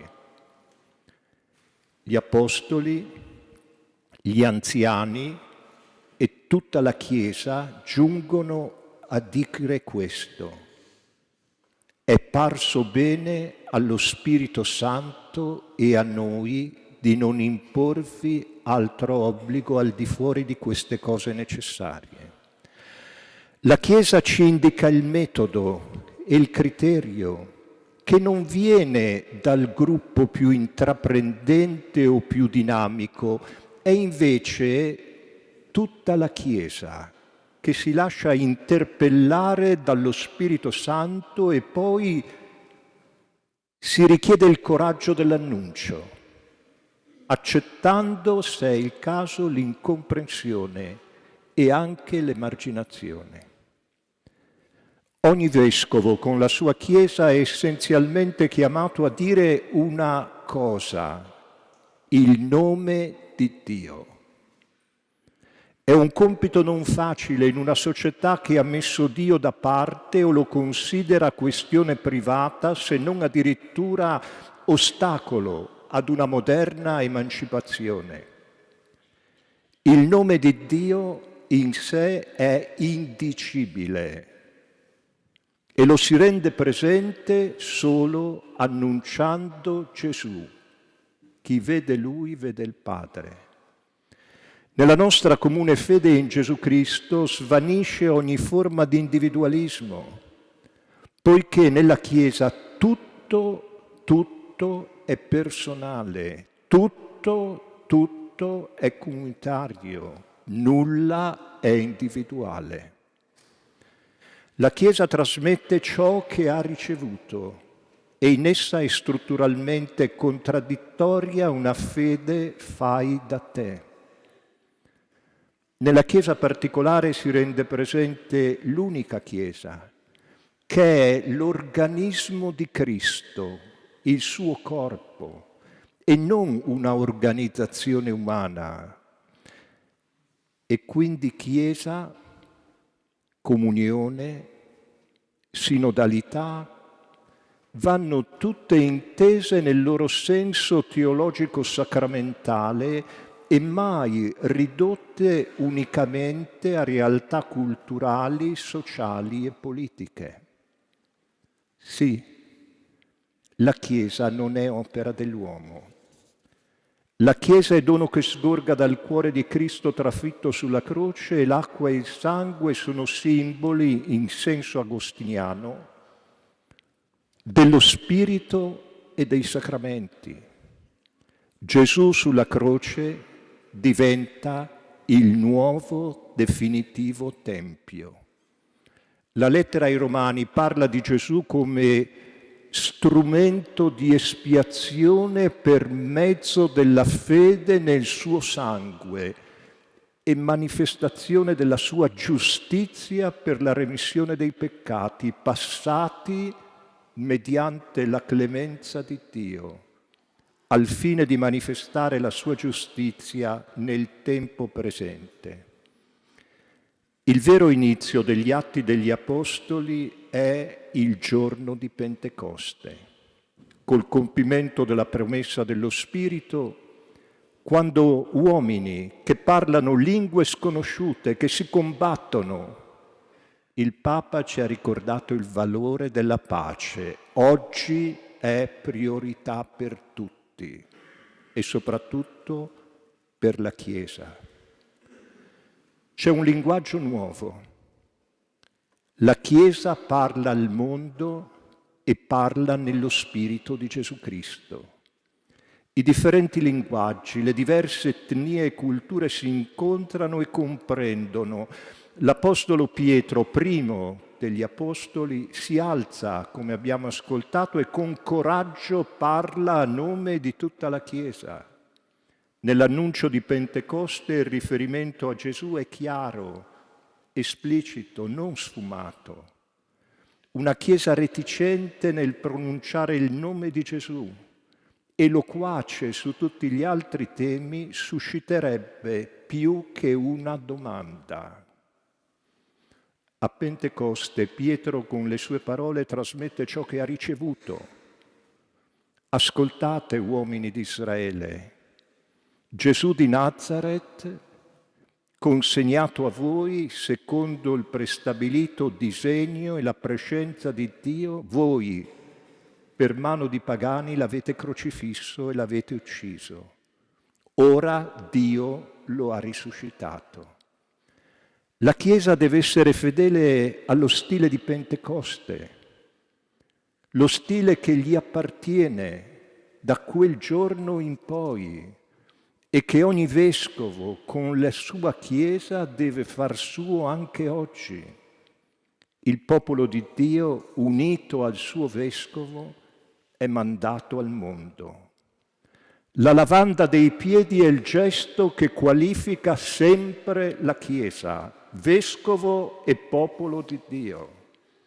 Anche se in modi essenzialmente diversi, voi mi chiamate maestro e Signore, dite bene perché lo sono. Se dunque io, il Signore, il Maestro, ho lavato i piedi a voi, anche voi dovete lavare i piedi gli uni agli altri.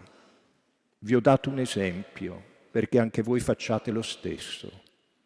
Vescovo e Chiesa. L'uno non esiste senza l'altra e viceversa, perché vescovo e Chiesa costituiscono un'unione sponsale. Anche nelle chiese dove si ammette il sacerdozio uxorato, il vescovo è scelto tra i celibi. Caro vescovo Riccardo, il vescovo è là dove è la Chiesa. Cara Chiesa di Vittorio Veneto, la Chiesa è là dove è il vescovo. Il vescovo infine è costituito nel sacramento dell'ordine, il gesto che stiamo per compiere adesso. Riflettiamo un attimo. Il sacramento è la realtà per cui si può dare qualcosa che di per sé, con le sole forze umane, non si potrebbe dare. Il vescovo non è il risultato di doti e capacità umane, organizzative o teologiche. Piuttosto, nella sua persona, è il segno sacramentale di Gesù. Per questo Gesù, dopo la lavanda dei piedi, dice: rimanete in me e io in voi. Come il tralcio non può portare frutto da se stesso se non rimane nella vite, così neanche voi se non rimanete in me.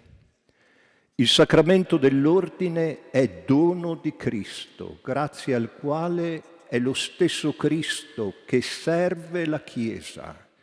Il sacramento quindi ricorda la Chiesa, pastore e fedeli, che l'uomo non si salva da sé e non è l'artefice della grazia. Pastori e fedeli sono una comunità di salvati.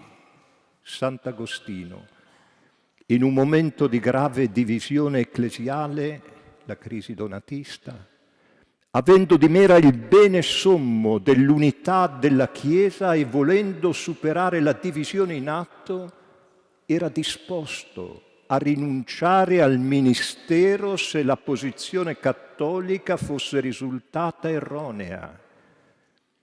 I donatisti negavano la riammissione nella Chiesa a chi nella persecuzione era venuto meno, la tendenza del rigorismo.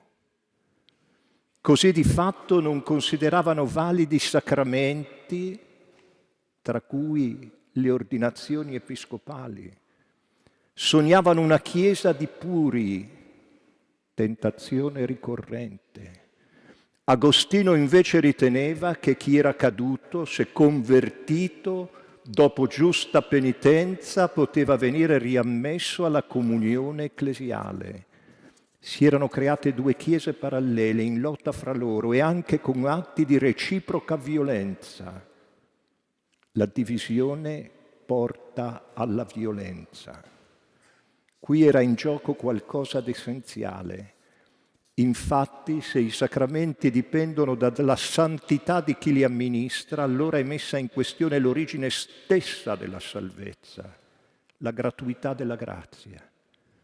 E allora per ricomporre l'unità della Chiesa, Agostino giunse a proporre ai vescovi cattolici di rinunciare al loro ufficio se la loro posizione fosse risultata erronea e invece di associare a loro i vescovi donatisti se questi si fossero convertiti.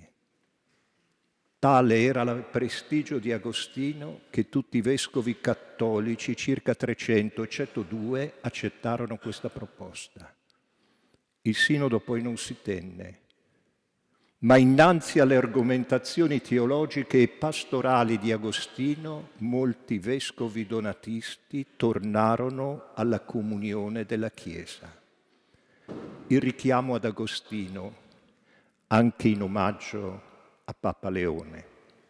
Il richiamo ad Agostino che la Chiesa annovera tra i grandi padri è per dire l'importanza del ministero del Vescovo per l'unità della Chiesa e come questa non possa limitarsi a proporre un generico camminare insieme, ma richieda un vero camminare a partire da Gesù, verso Gesù, con Gesù. La lettera agli Ebrei, trattazione cristologica sacerdotale del Nuovo Testamento, presenta proprio Gesù, origine e compimento della fede.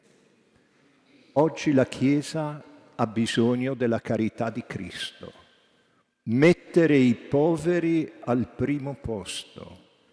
In pari tempo ha bisogno della fede in Gesù Cristo. L'io credo si innesta nel noi crediamo della Chiesa. Caro Vescovo Riccardo, il santo patrono, il Vescovo Tiziano, illumini il tuo episcopato nella Chiesa di Vittorio Veneto, l'antica e gloriosa Ceneda. La tua ordinazione episcopale cade nel 17° centenario del Concilio di Nicea, durante il cammino sinodale della Chiesa italiana e universale, mentre si celebra l'anno giubilare. Il Signore ti ha dato tante indicazioni all'inizio del tuo episcopato. L'augurio, caro Vescovo Riccardo, è che tu sappia amare il Signore esercitando il ministero come pastore, come guida saggia, mite ma anche coraggiosa.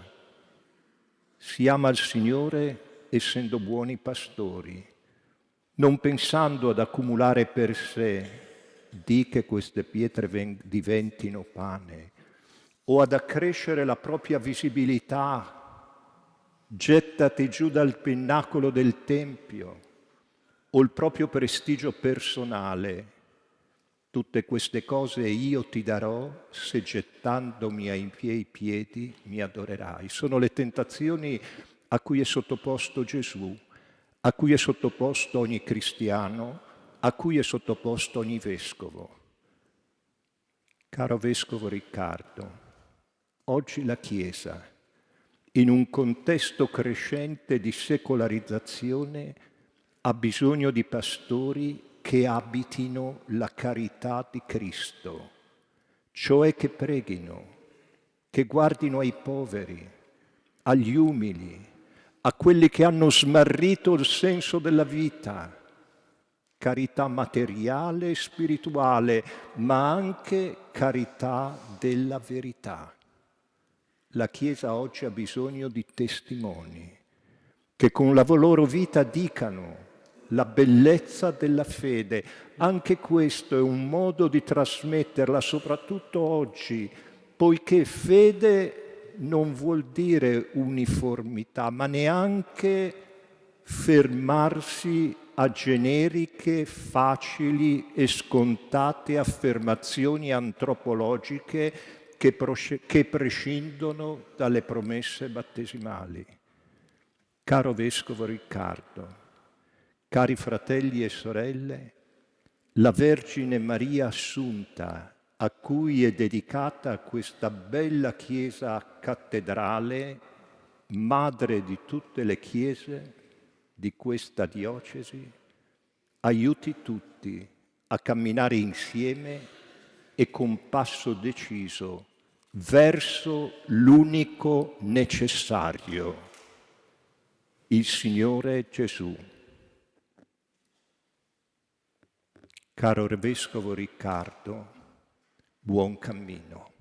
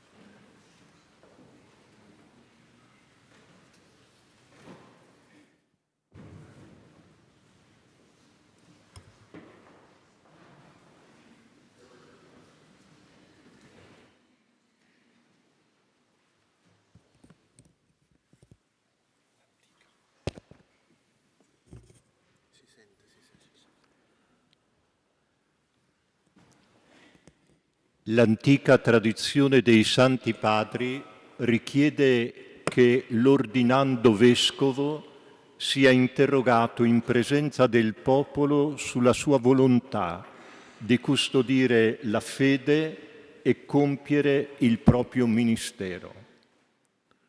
Vuoi, fratello carissimo, adempiere fino alla morte il ministero a noi affidato dagli Apostoli, che noi ora trasmettiamo a te mediante l'imposizione delle mani con la grazia dello Spirito Santo?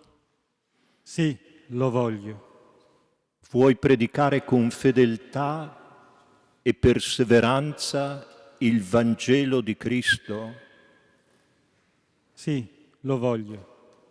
Vuoi custodire puro e integro il deposito della fede secondo la tradizione conservata sempre e dovunque nella Chiesa fin dai tempi degli Apostoli? Sì, lo voglio. Vuoi edificare il corpo di Cristo che è la Chiesa, perseverando nella sua unità, insieme con tutto l'ordine dei Vescovi, sotto l'autorità del successore del Beato Apostolo Pietro? Sì, lo voglio. Vuoi prestare fedele obbedienza al successore del Beato Apostolo Pietro? Sì, lo voglio. Vuoi prenderti cura con amore di Padre del popolo santo di Dio e con i presbiteri e i diaconi tuoi collaboratori nel ministero guidarlo sulla via della salvezza? Sì, lo voglio. Vuoi essere sempre accogliente e misericordioso nel nome del Signore verso i poveri e tutti i bisognosi di conforto e di aiuto? Sì, lo voglio. Vuoi, come buon pastore, andare in cerca delle pecore smarrite per riportarle all'ovile di Cristo? Sì, lo voglio. Vuoi pregare senza mai stancarti, Dio Onnipotente, per il suo santo popolo ed esercitare in modo irreprensibile il ministero del sommo sacerdozio? Sì, con l'aiuto di Dio lo voglio. Dio, che ha iniziato in te la sua opera, la porti a compimento.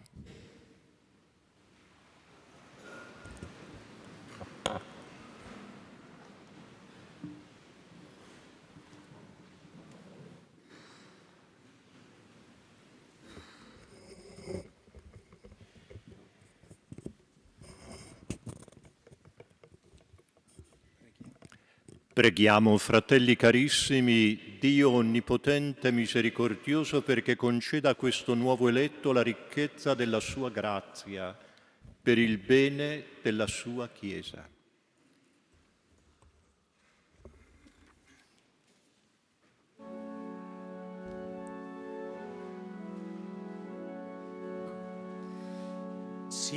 Signore, pietà. Signore, pietà. Cristo, pietà. Cristo, pietà.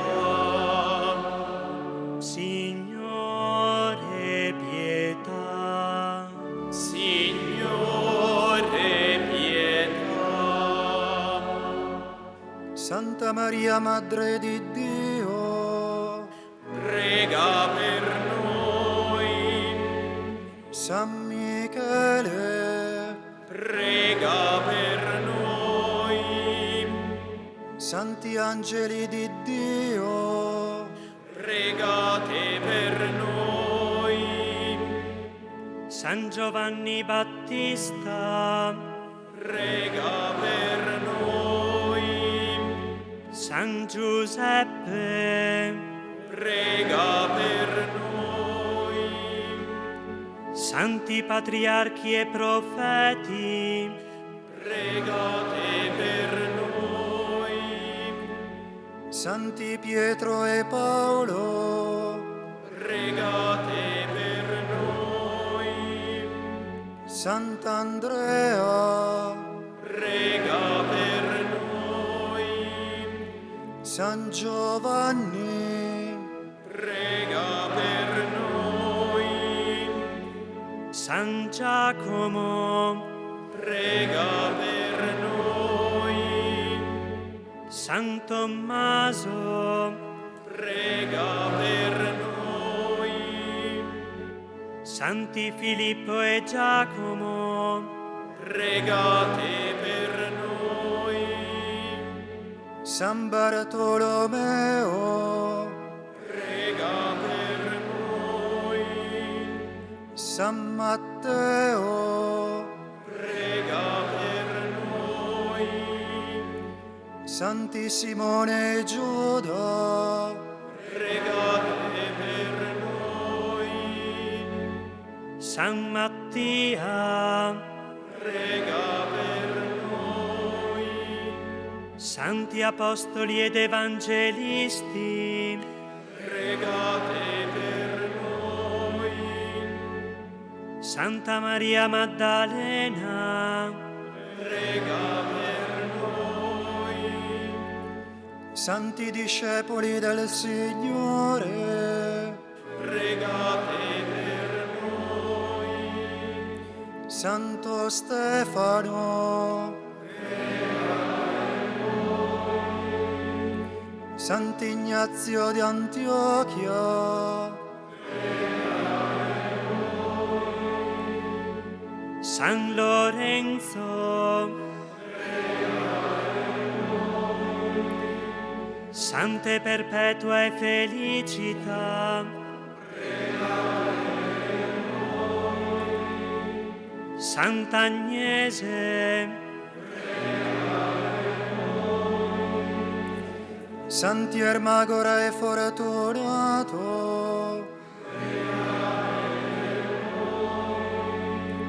Santa Augusta, Santi Martiri di Cristo, San Gregorio, Sant'Agostino, Sant'Atanasio, San Basilio, San Prosdocimo,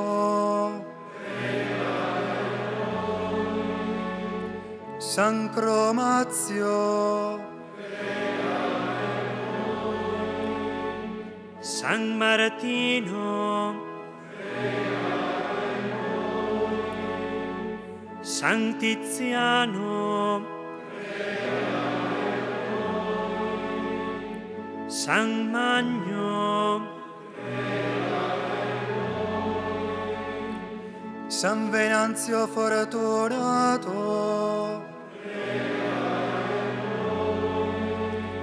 Santi Cirillo e Metodio, San Benedetto,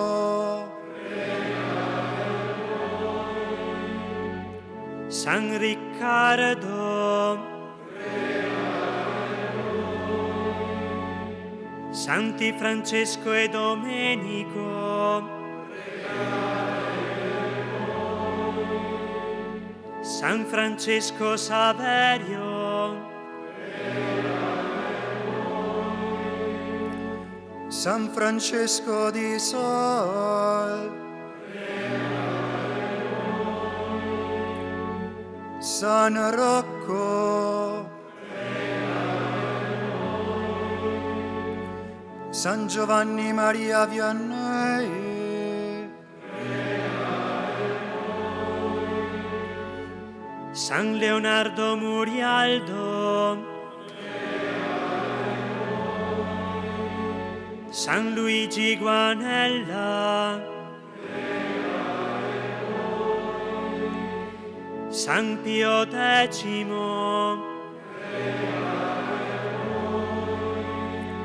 San Giovanni XXIII,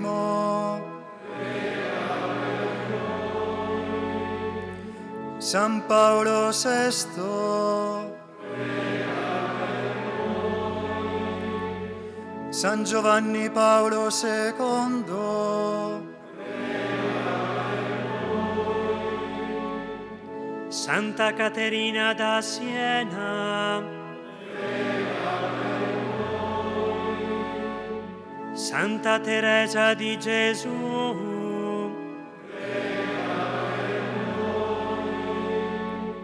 Beato Marco d'Aviano, Beato Luigi Tezza, Beato Giuseppe Toniolo, Beato Claudio Granzotto, Beato Giovanni Paolo I,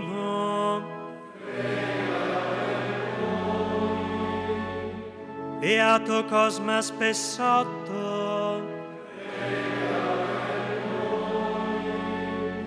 Beata Giuliana da Collalto, Beata Maria Pia Mastena, Santi e Sante di Dio,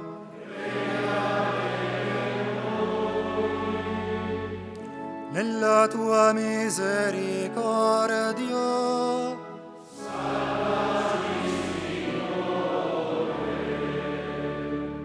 da ogni male,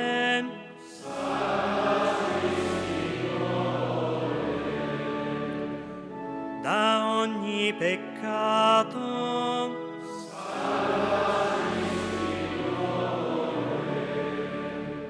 dalla morte eterna,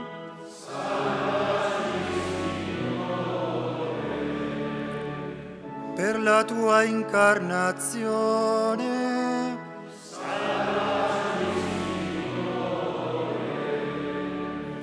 per la tua morte e risurrezione,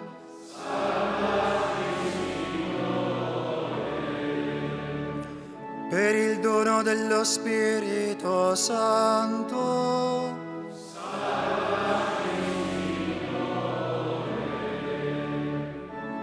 noi peccatori ti preghiamo.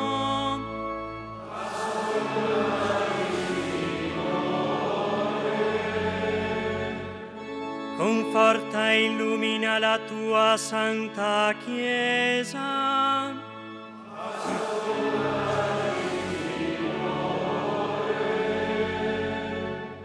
Proteggi il Papa, i Vescovi, i sacerdoti e tutti i ministri del Vangelo.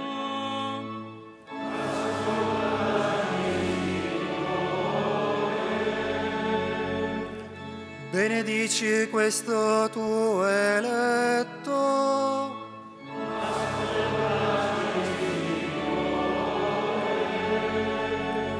Benedici e santifica questo tuo eletto.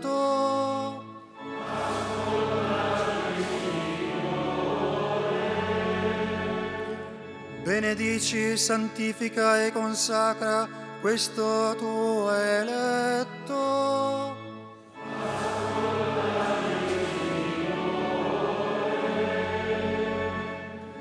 Manda nuovi operai nella tua messe.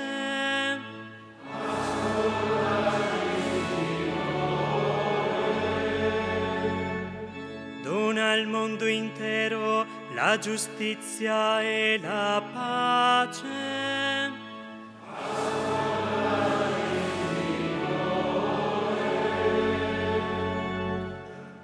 Aiuta e conforta tutti coloro che sono nella prova e nel dolore.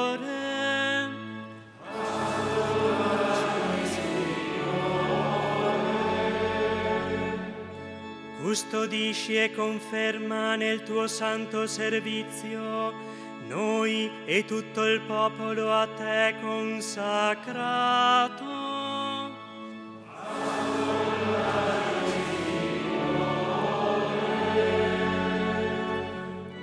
Gesù, Figlio del Dio vivente, ascolta la nostra supplica.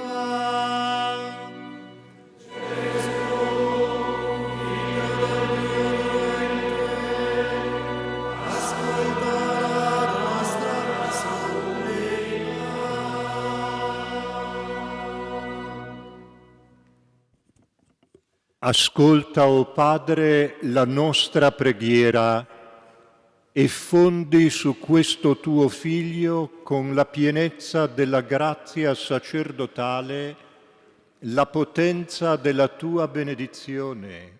Per Cristo nostro Signore.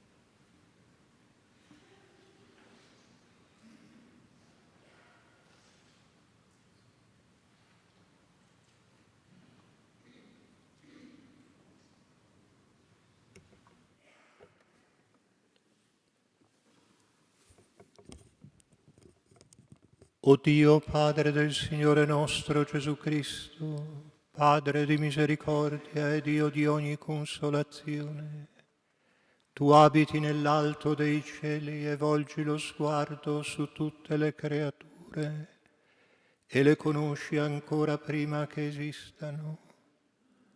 Con la parola di salvezza hai dato norme di vita nella tua Chiesa. Tu dal principio hai eletto Abramo come padre dei giusti, hai costituito capi e sacerdoti per non lasciare mai senza ministero il tuo santuario, e fin dall'origine del mondo hai voluto essere glorificato in coloro che hai scelto.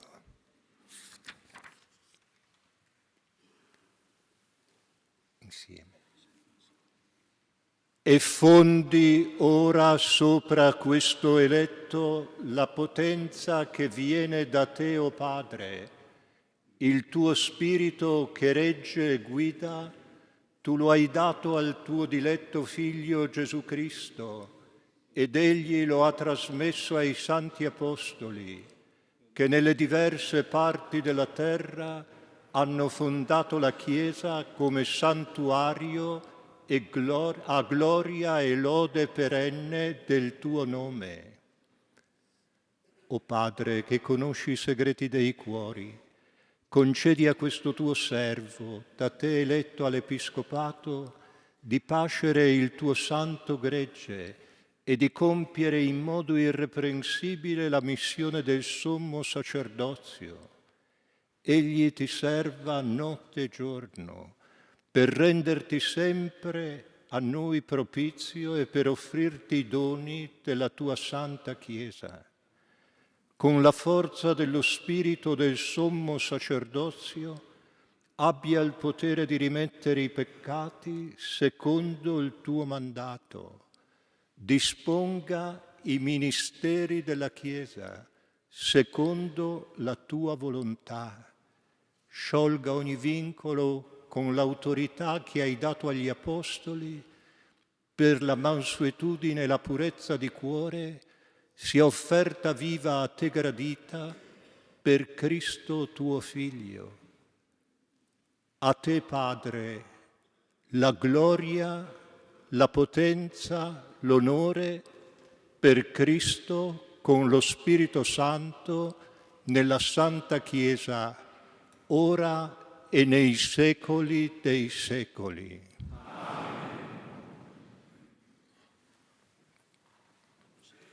Possiamo sedere.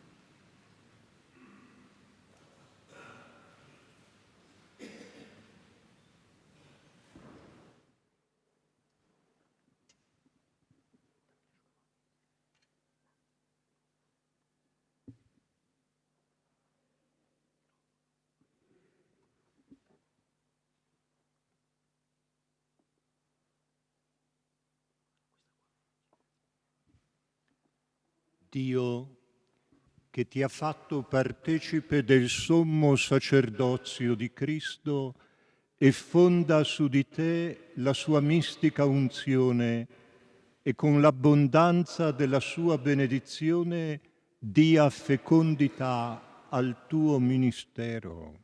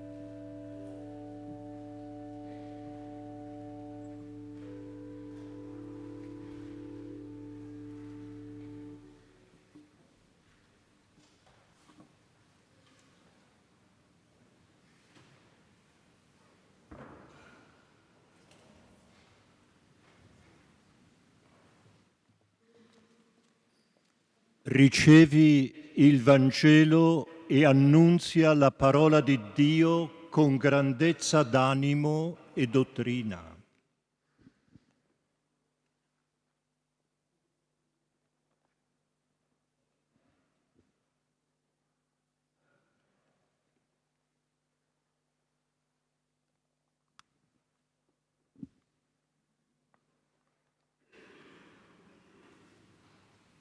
Ricevi l'anello, segno di fedeltà e nell'integrità della fede e nella purezza della vita, custodisci la Santa Chiesa, sposa di Cristo.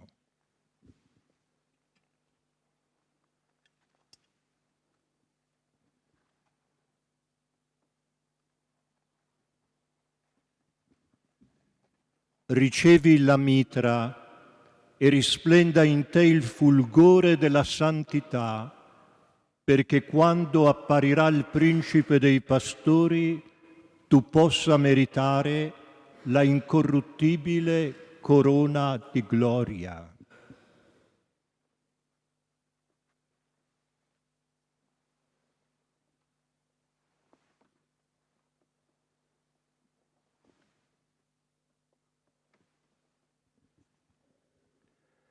Ricevi il pastorale, segno del tuo ministero di pastore, abbi cura di tutto il gregge nel quale lo Spirito Santo ti ha posto come vescovo, a reggere la Chiesa di Dio.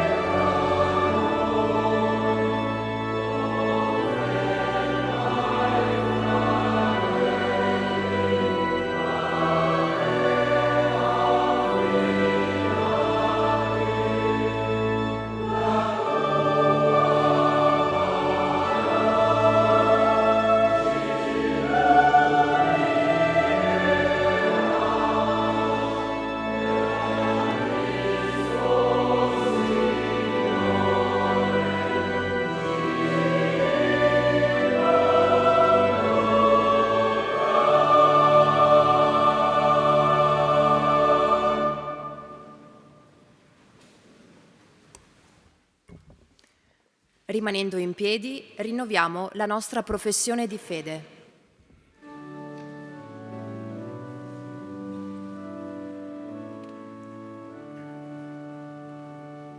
Credo, Signore.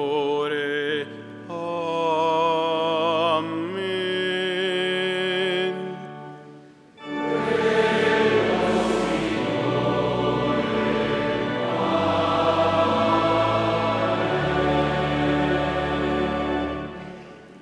Io credo in Dio, Padre Onnipotente, Creatore del cielo e della terra.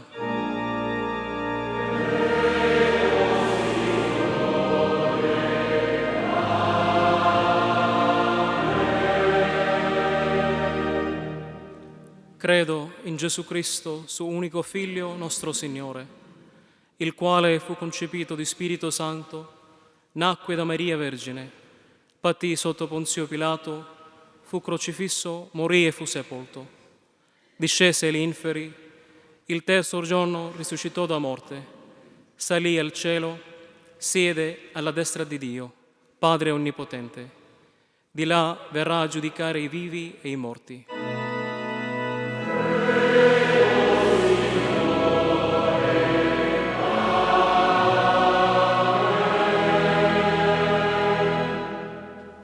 Credo nello Spirito Santo, la Santa Chiesa Cattolica, la comunione dei santi, la remissione dei peccati, la risurrezione della carne, la vita eterna. Amen.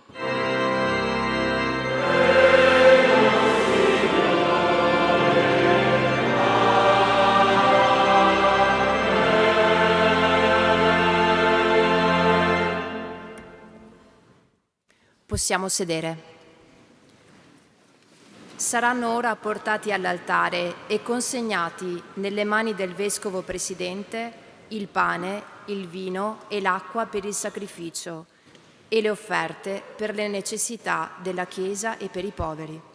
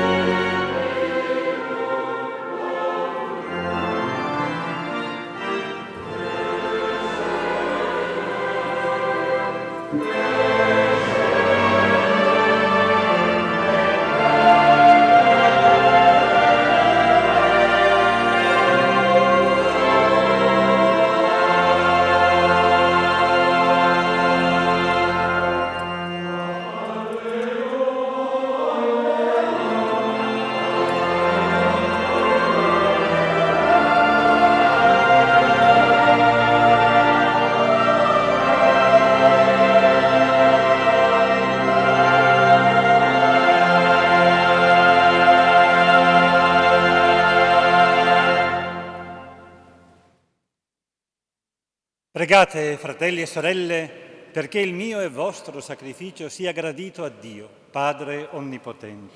Il Signore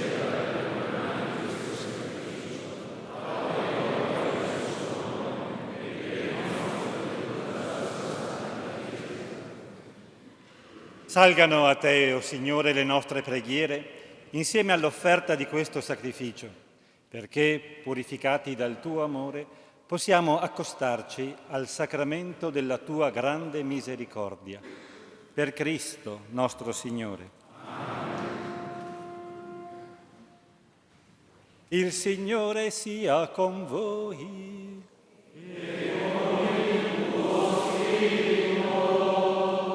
In alto i nostri cuori.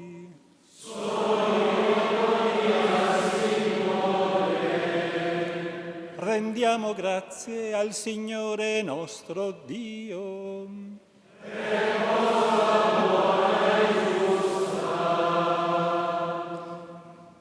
È veramente cosa buona e giusta, nostro dovere e fonte di salvezza, proclamare sempre la tua gloria, o Signore, e soprattutto esaltarti in questo tempo nel quale Cristo, nostra Pasqua, si è immolato. Offrendo il suo corpo sulla croce, diede compimento ai sacrifici antichi e donandosi per la nostra redenzione, divenne altare, agnello e sacerdote. Per questo mistero, nella pienezza della gioia pasquale, l'umanità esulta su tutta la terra e le schiere degli angeli e dei santi cantano senza fine l'inno della tua gloria.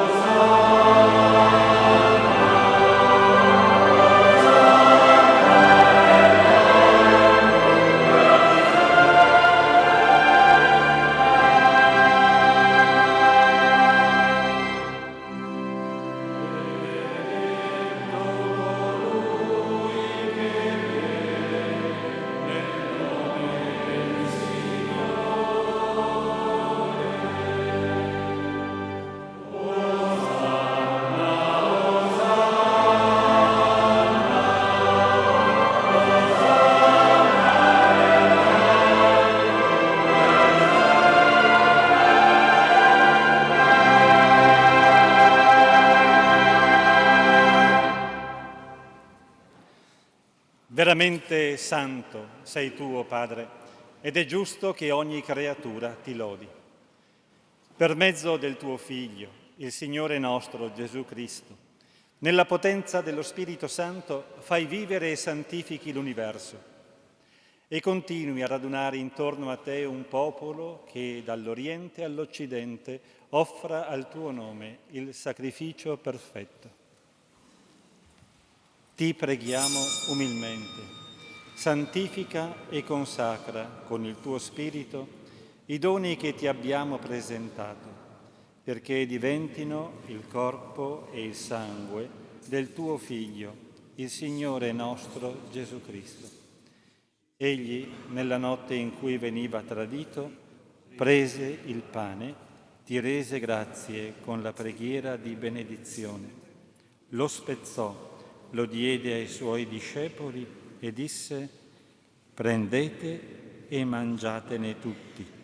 Questo è il mio corpo, offerto in sacrificio per voi.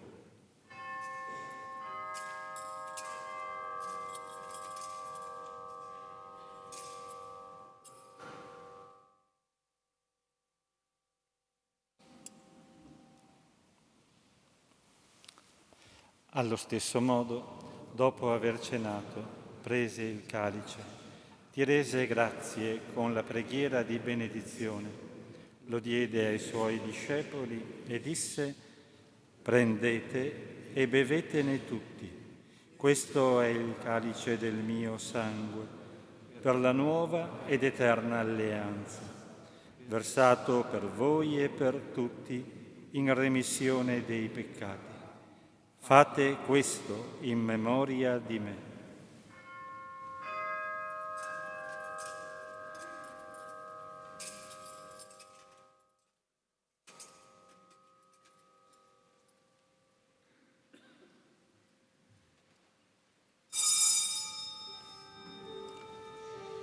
Mistero della fede, annunciamo la tua morte, Signore, proclamiamo la tua risurrezione, nell'attesa della tua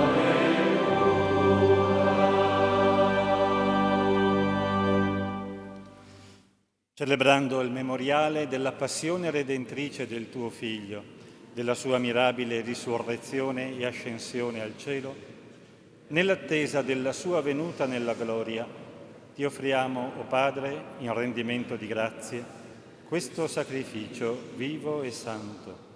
Guarda con amore e riconosci nell'offerta della tua Chiesa la vittima immolata per la nostra redenzione.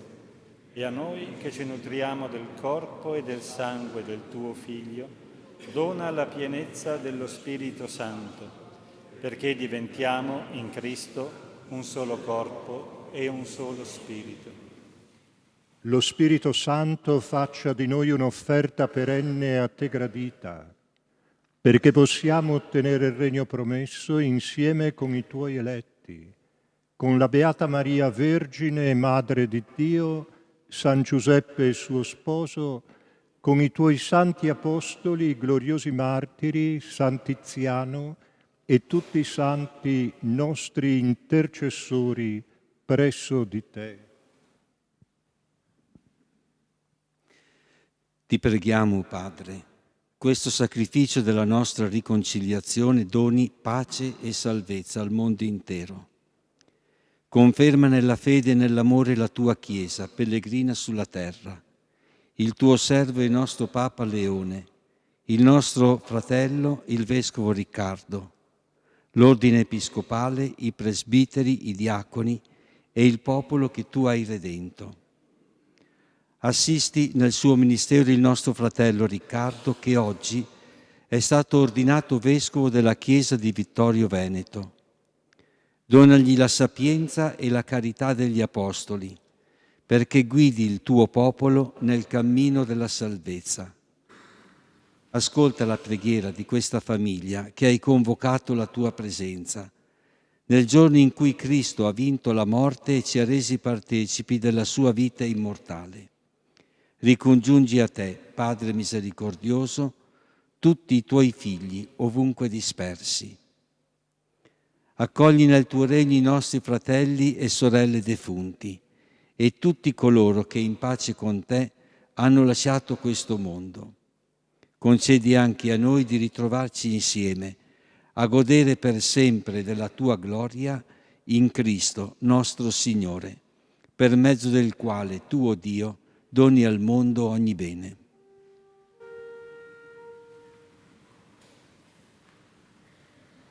Per Cristo, con Cristo e in Cristo, a te, Dio Padre Onnipotente, nell'unità dello Spirito Santo, ogni onore e gloria per tutti i secoli dei secoli.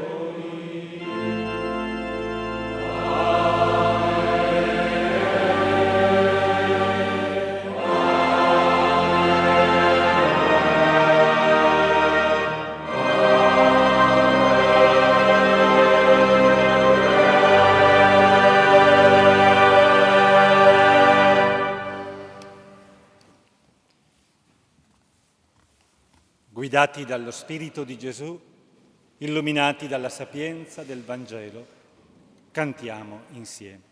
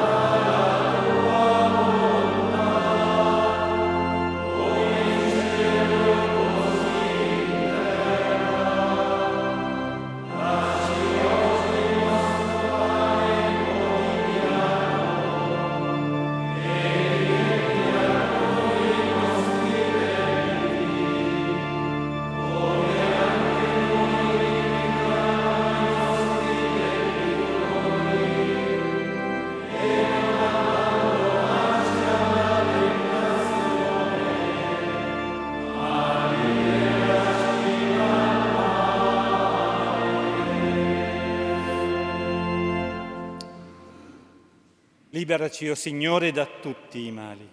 Concedi la pace ai nostri giorni. E con l'aiuto della tua misericordia vivremo sempre liberi dal peccato, sicuri da ogni turbamento, nell'attesa che si compia la beata speranza e venga il nostro Salvatore, Gesù Cristo.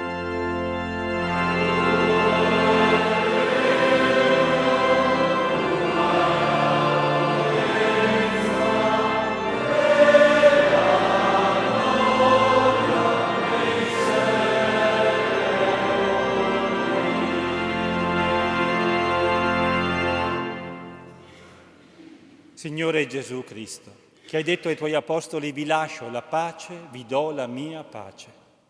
Non guardare ai nostri peccati, ma alla fede della tua Chiesa, e donale unità e pace, secondo la tua volontà, tu che vivi e regni nei secoli dei secoli. Amen.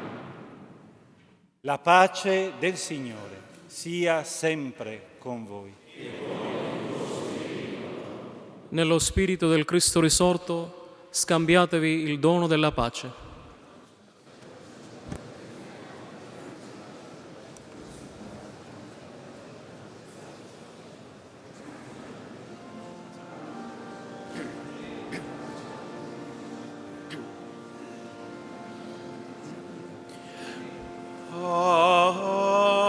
Agnus Dei, qui tollis peccata mundi, miserere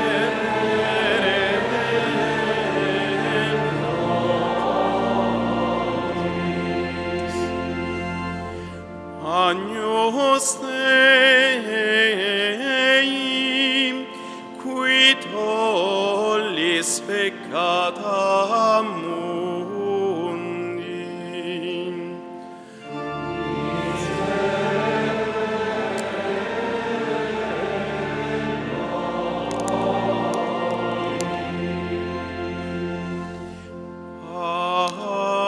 Agnus Dei,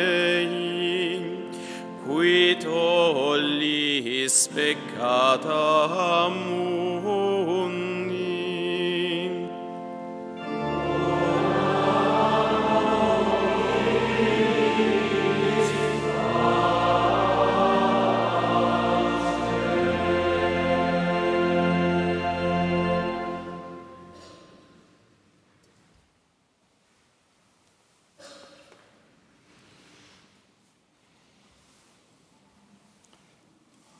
Ecco l'agnello di Dio, ecco colui che toglie i peccati del mondo. Beati gli invitati alla cena dell'agnello.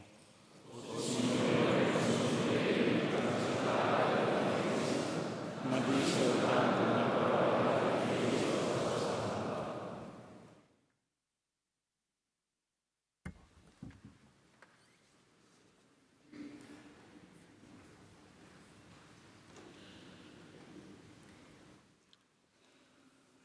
Sarà ora distribuita la Santa Comunione nei seguenti punti. Davanti all'altare della celebrazione, in 3 punti presso gli altari laterali, all'esterno della cattedrale. La Santa Comunione per i celiaci sarà distribuita presso il primo altare di sinistra partendo dalla porta. Viviamo questo momento con devozione e partecipiamo ai canti che troviamo nel libretto.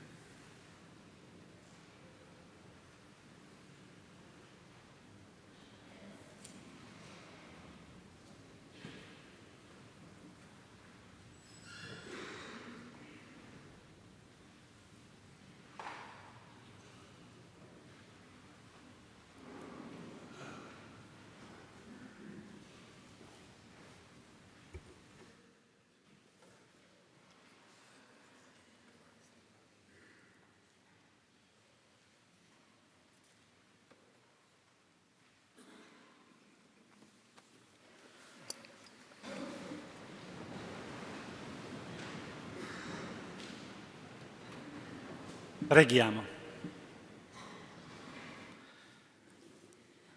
Dio Onnipotente, che nella risurrezione di Cristo ci fai nuove creature per la vita eterna, accresci in noi i frutti del sacramento pasquale e infondi nei nostri cuori la forza di questo nutrimento di salvezza. Per Cristo nostro Signore.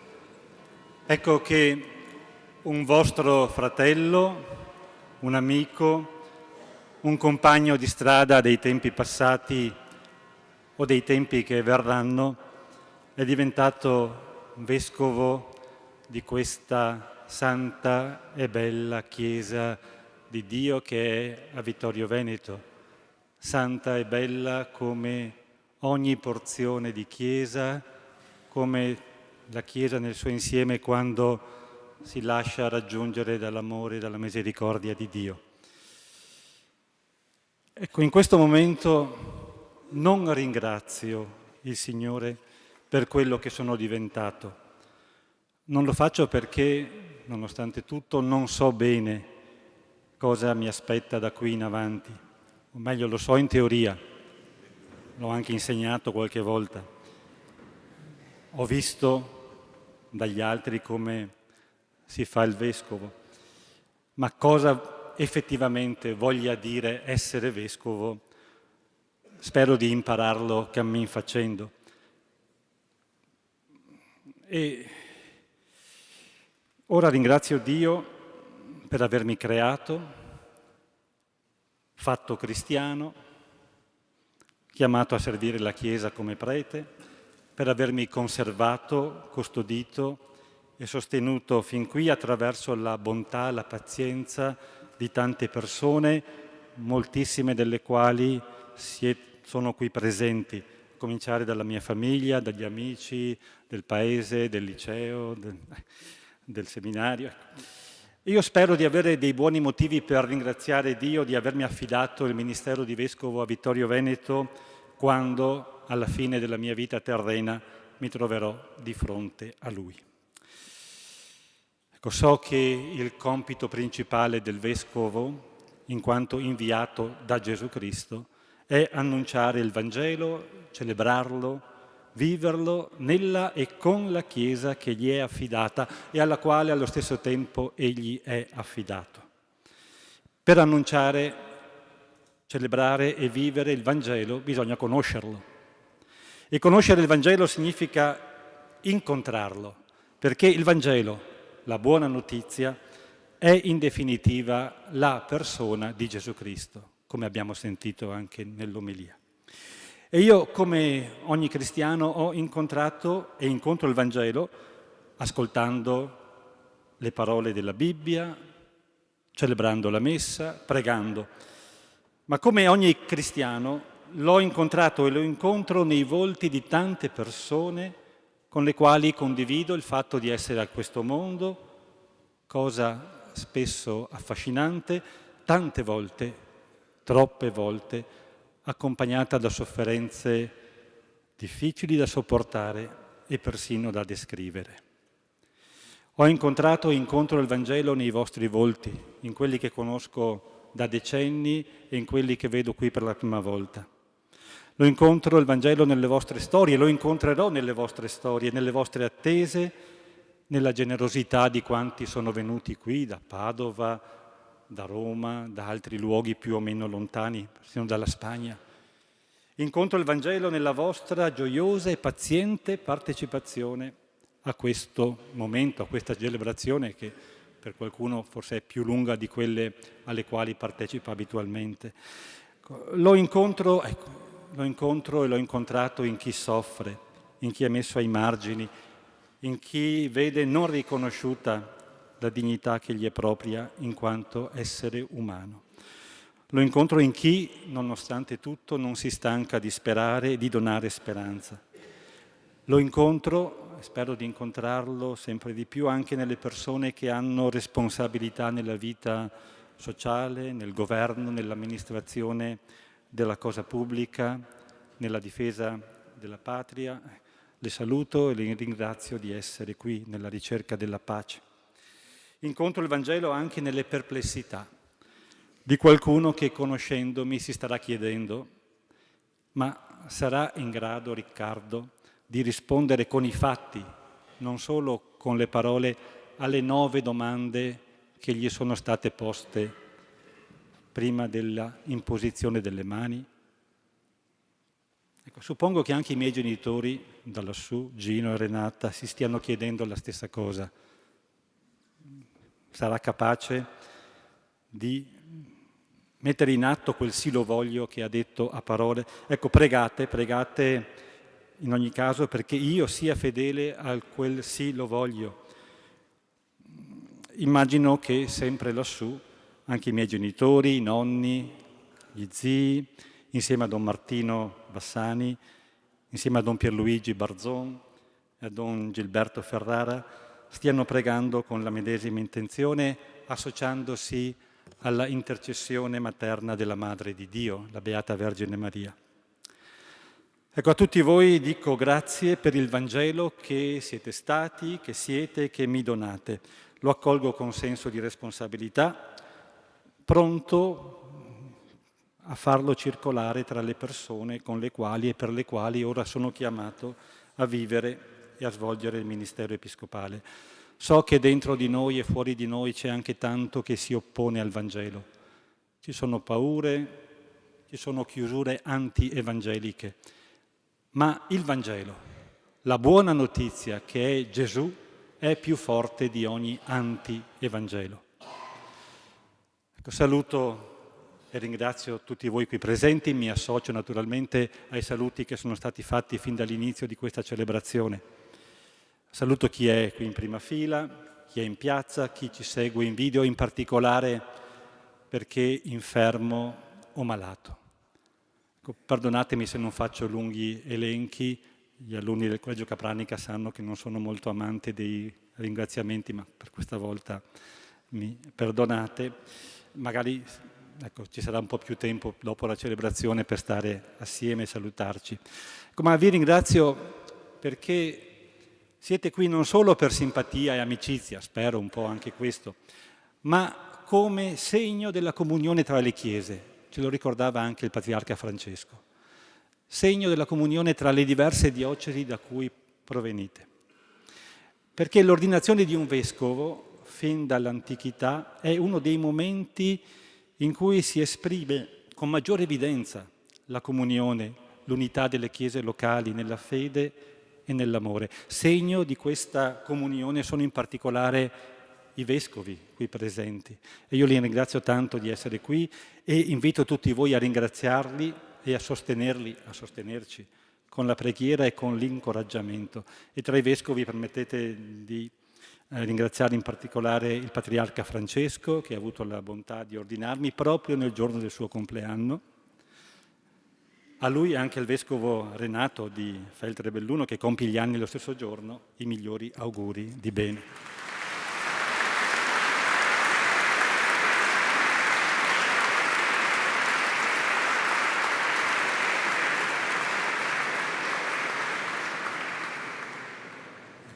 Alla Chiesa di Dio che è in Vittorio Veneto, al presbiterio, ai diaconi, ai religiosi, alle religiose, a tutti i fedeli, ai giovani, alle famiglie, agli anziani, a chi si trova a suo agio in questa Chiesa e a chi magari la guarda con un po' di distacco, a tutti il mio grazie per la fiduciosa simpatia con la quale mi avete atteso e accolto.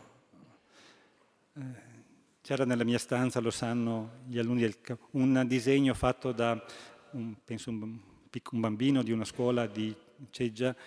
Ti aspettiamo. Ecco, in questi mesi mi ha accompagnato questo bel disegno in cui appunto qualcuno a nome di tutti diceva questa attesa. Ecco, ho detto poco fa che non mi dilungo in elenchi, però permettetemi alcune eccezioni, sono sei eccezioni possono andare. La prima è per Papa Francesco di felice memoria.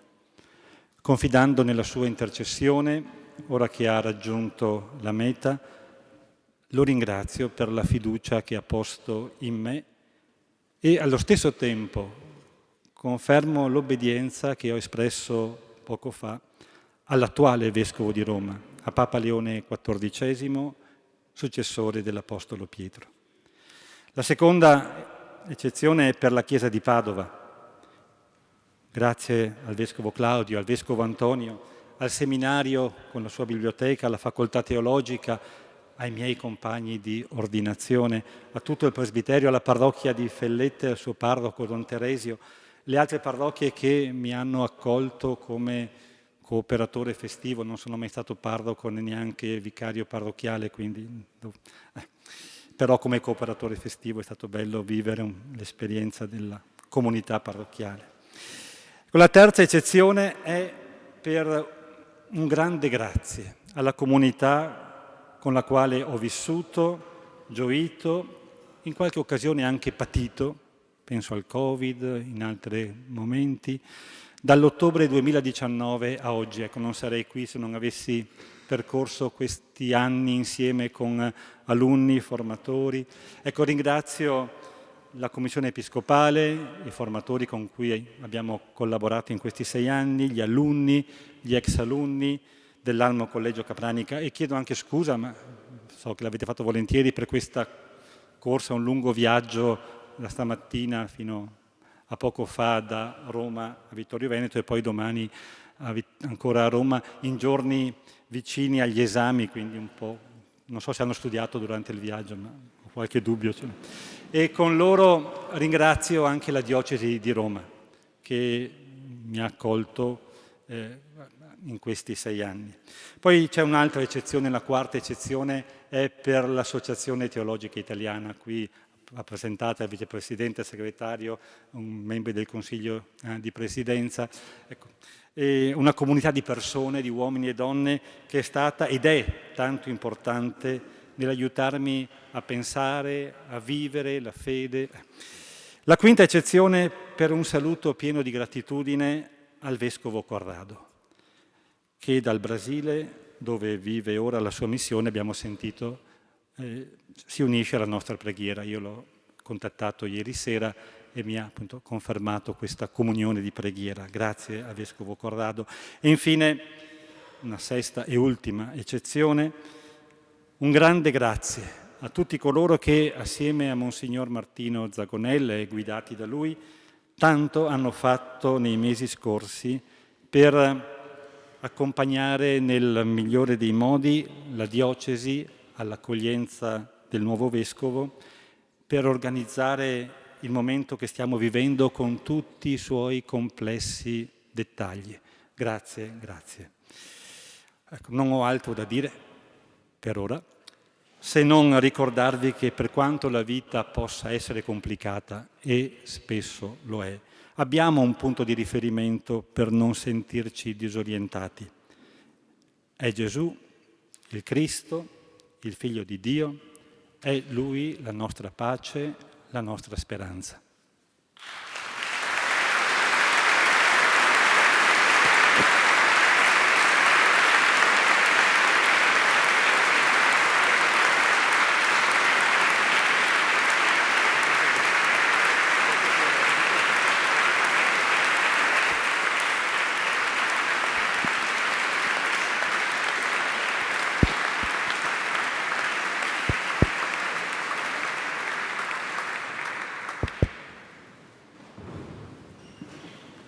Il Signore sia con voi. Inchinatevi per la benedizione. Dio nostro Padre, che vegli sempre sul tuo popolo e lo governi con indulgenza e amore, arricchisci dello spirito di sapienza tutti coloro che hai posto come maestri e guide nella tua Chiesa, perché il progresso spirituale del gregge si trasformi in gioia eterna per i pastori. Tu che disponi nel tuo sovrano volere il numero dei giorni e il corso delle vicende umane, guarda con bontà al nostro umile servizio e dona al nostro tempo piena e perfetta pace. Tu che per la tua grazia hai profuso in me l'abbondanza dei tuoi doni e mi hai innalzato alla dignità episcopale, rendimi a te gradito nel quotidiano adempimento della mia missione. Unisci in un solo cuore il popolo e il Vescovo, perché non manchi mai al pastore la docilità dei fedeli e ai fedeli la sollecitudine del pastore. E su tutti voi qui presenti scenda la benedizione di Dio Onnipotente, Padre, Figlio e Spirito Santo.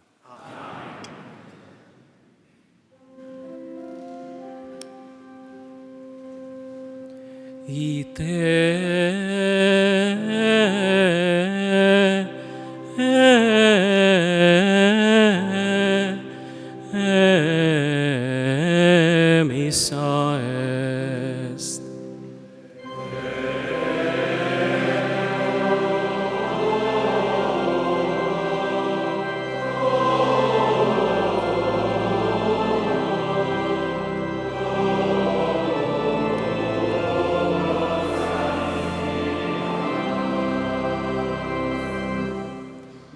Dopo il canto finale siamo invitati presso i portici del seminario vescovile per un momento di festa dove potremo salutare il nostro nuovo vescovo.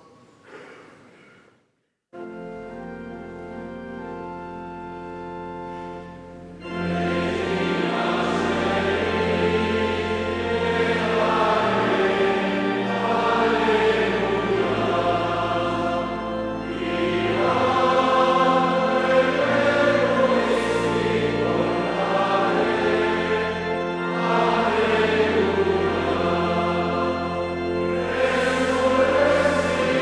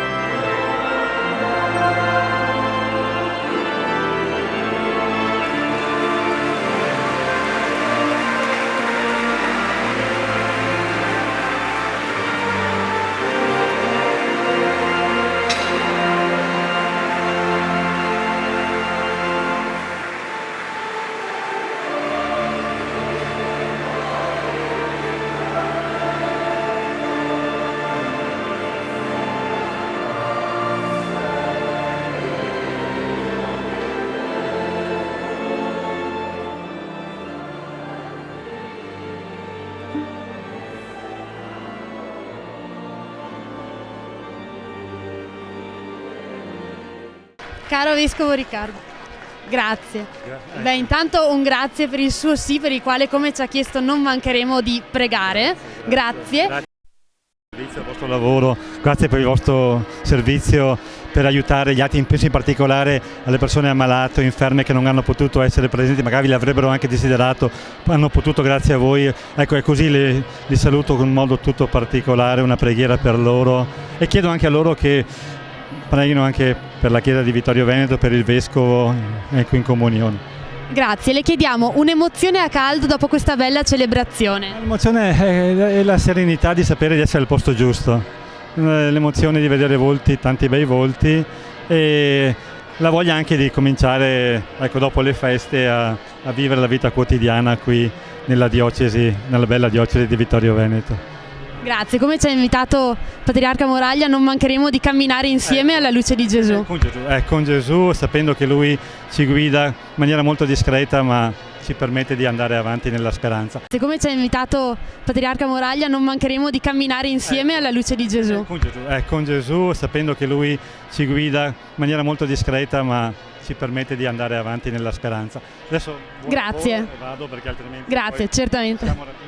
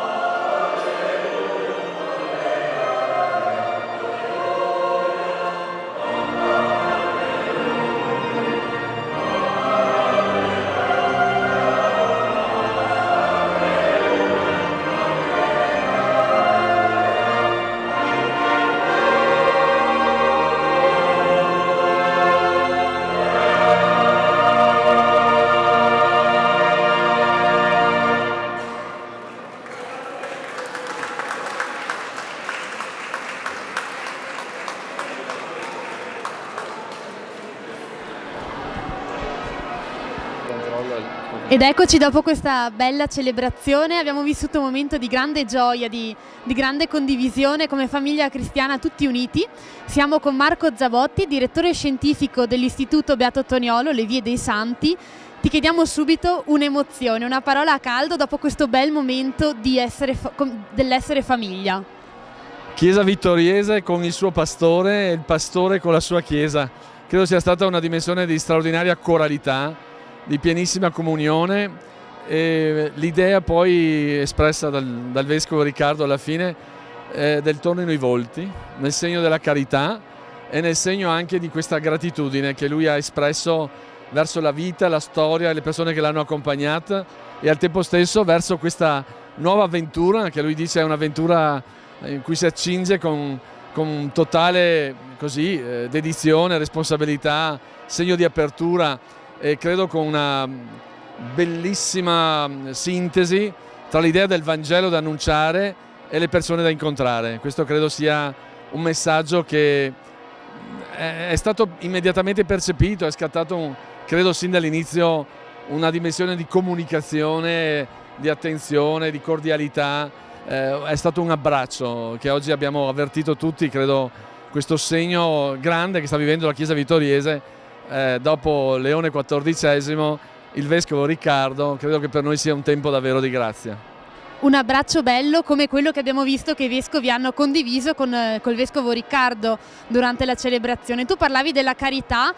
Il Patriarca Moraglia durante l'omelia ha anche parlato della fede, cioè del coraggio del dire io credo, noi crediamo, soprattutto quando in realtà questo dire io credo ci fa sentire un po' minacciati. Una parola anche su questo. Sì, sia il Patriarca Moraglia, ma anche il Vescovo Riccardo alla fine nel suo saluto, nel suo intervento, ha ribadito la centralità, no, della dimensione di fede radicata nel Vangelo, radicata nella persona di Gesù, non nascondendoci le difficoltà. Cioè sapendo che c'è un clima che oggi magari non è favorevole al Vangelo, ma lo ha detto sia il Patriarca, lo ha ripetuto anche il Vescovo Riccardo, ma su questo innestare invece una profonda, dato di convincimento, per cui è dalla fede in Cristo che nasce questa dimensione poi di apertura missionaria al mondo. E credo che anche il messaggio che il Vescovo Pizziolo dal Brasile ha lanciato, sia stato un segno ancora bello, molto apprezzato, di comunione proprio tra pastori, ma nel segno proprio della Chiesa che sta servendo il Vescovo Pizziolo in Brasile e della Chiesa che adesso ha il suo nuovo pastore, il Vescovo Riccardo Battocchio. Ed era proprio il Vescovo Riccardo che ci diceva in uno dei suoi ringraziamenti un grande grazie per questo segno di Chiesa unita, questo condividere anche la cristianità non solo tra Padova, Vittorio Veneto e Roma, le sue 3 diocesi possiamo dirle così, ma come proprio unità tra i cristiani, un bel segnale del lavorare insieme. Credo che dal punto di vista simbolico il sì lo voglio, quei 9 ripetuti, no? Questa affermazione ribadita e ripetuta. Ma poi l'abbraccio con i confratelli vescovi, anche lì sia stato un bellissimo segnale di una attenzione reciproca, di una squisita davvero cordialità, ma nel segno di una fraternità, nel segno della convivialità, nel segno di una dimensione di Chiesa unita. E credo che oggi sia stato il messaggio che è arrivato, ma anche dai volti che sono stati all'offertorio, dal fatto che lui ha anche ringraziato moltissimo la Chiesa vittoriese per quel ti aspettiamo, no? del ragazzo, della comunità di Ceggia, no? Del giovane di Ceggia, ma al tempo stesso anche questo grazie per tutti questi mesi intensi di preparazione guidati dall'amministratore diocesano Don Martino Zagonel, che ha fatto sì che questa Chiesa davvero oggi possa esplodere nella gioia per questo arrivo e per l'inizio di questo episcopato.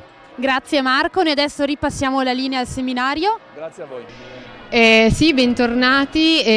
Ci troviamo in seminario al termine della celebrazione di ordinazione episcopale ed ingresso nella diocesi di Vittorio Veneto di Monsignor Riccardo Battocchio. È terminata pochissimi minuti fa una lunga, intensa celebrazione, tantissime le persone arrivate a Vittorio Veneto da tutte le parti della diocesi. Siamo in compagnia di Alessandro Toffoli, giornalista dell'Azione.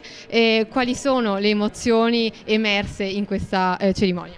Emozioni sicuramente tante, è comunque arrivato un nostro nuovo pastore, è stata una messa, come dicevi, molto lunga, dirò anche dal punto di vista climatico importante per resistere, perché appunto c'era poco ossigeno secondo me in chiesa con tutta quella gente arrivata molto prima dell'inizio, avevano trovato posto anche seduti sugli altari, qualcuno si era portato le sedie da casa e quindi c'era molta partecipazione, e mi ha colpito in particolare come rispondessero anche al canto con proprio una forza, che non erano solo i sacerdoti che cantavano, i vescovi, ma proprio tutta l'assemblea. E speriamo di non aver abituato troppo bene il vescovo e speriamo che le prossime celebrazioni possano essere così partecipate. E per quanto riguarda l'impressione che ho avuto è di un vescovo emozionato, si è visto già da quando ha fatto il suo ingresso in processione verso la cattedrale.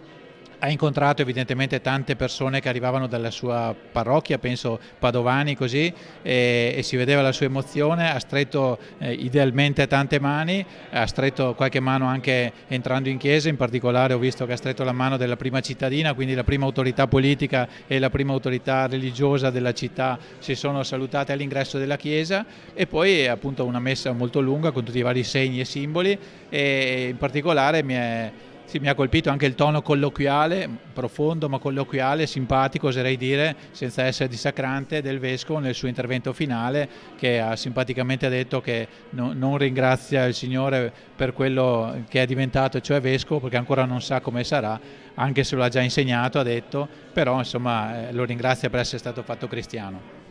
E tra pochissimi minuti il Vescovo ci raggiungerà per salutare le autorità che sono giunte a Vittorio Veneto. C'era il prefetto Angelo Sidoti, c'era la sindaca di Vittorio Veneto Mirella Bagliana, il presidente della provincia di Treviso Stefano Marcon, il vicequestore e poi altre autorità, addirittura il sindaco della Sua Romano De Zelino.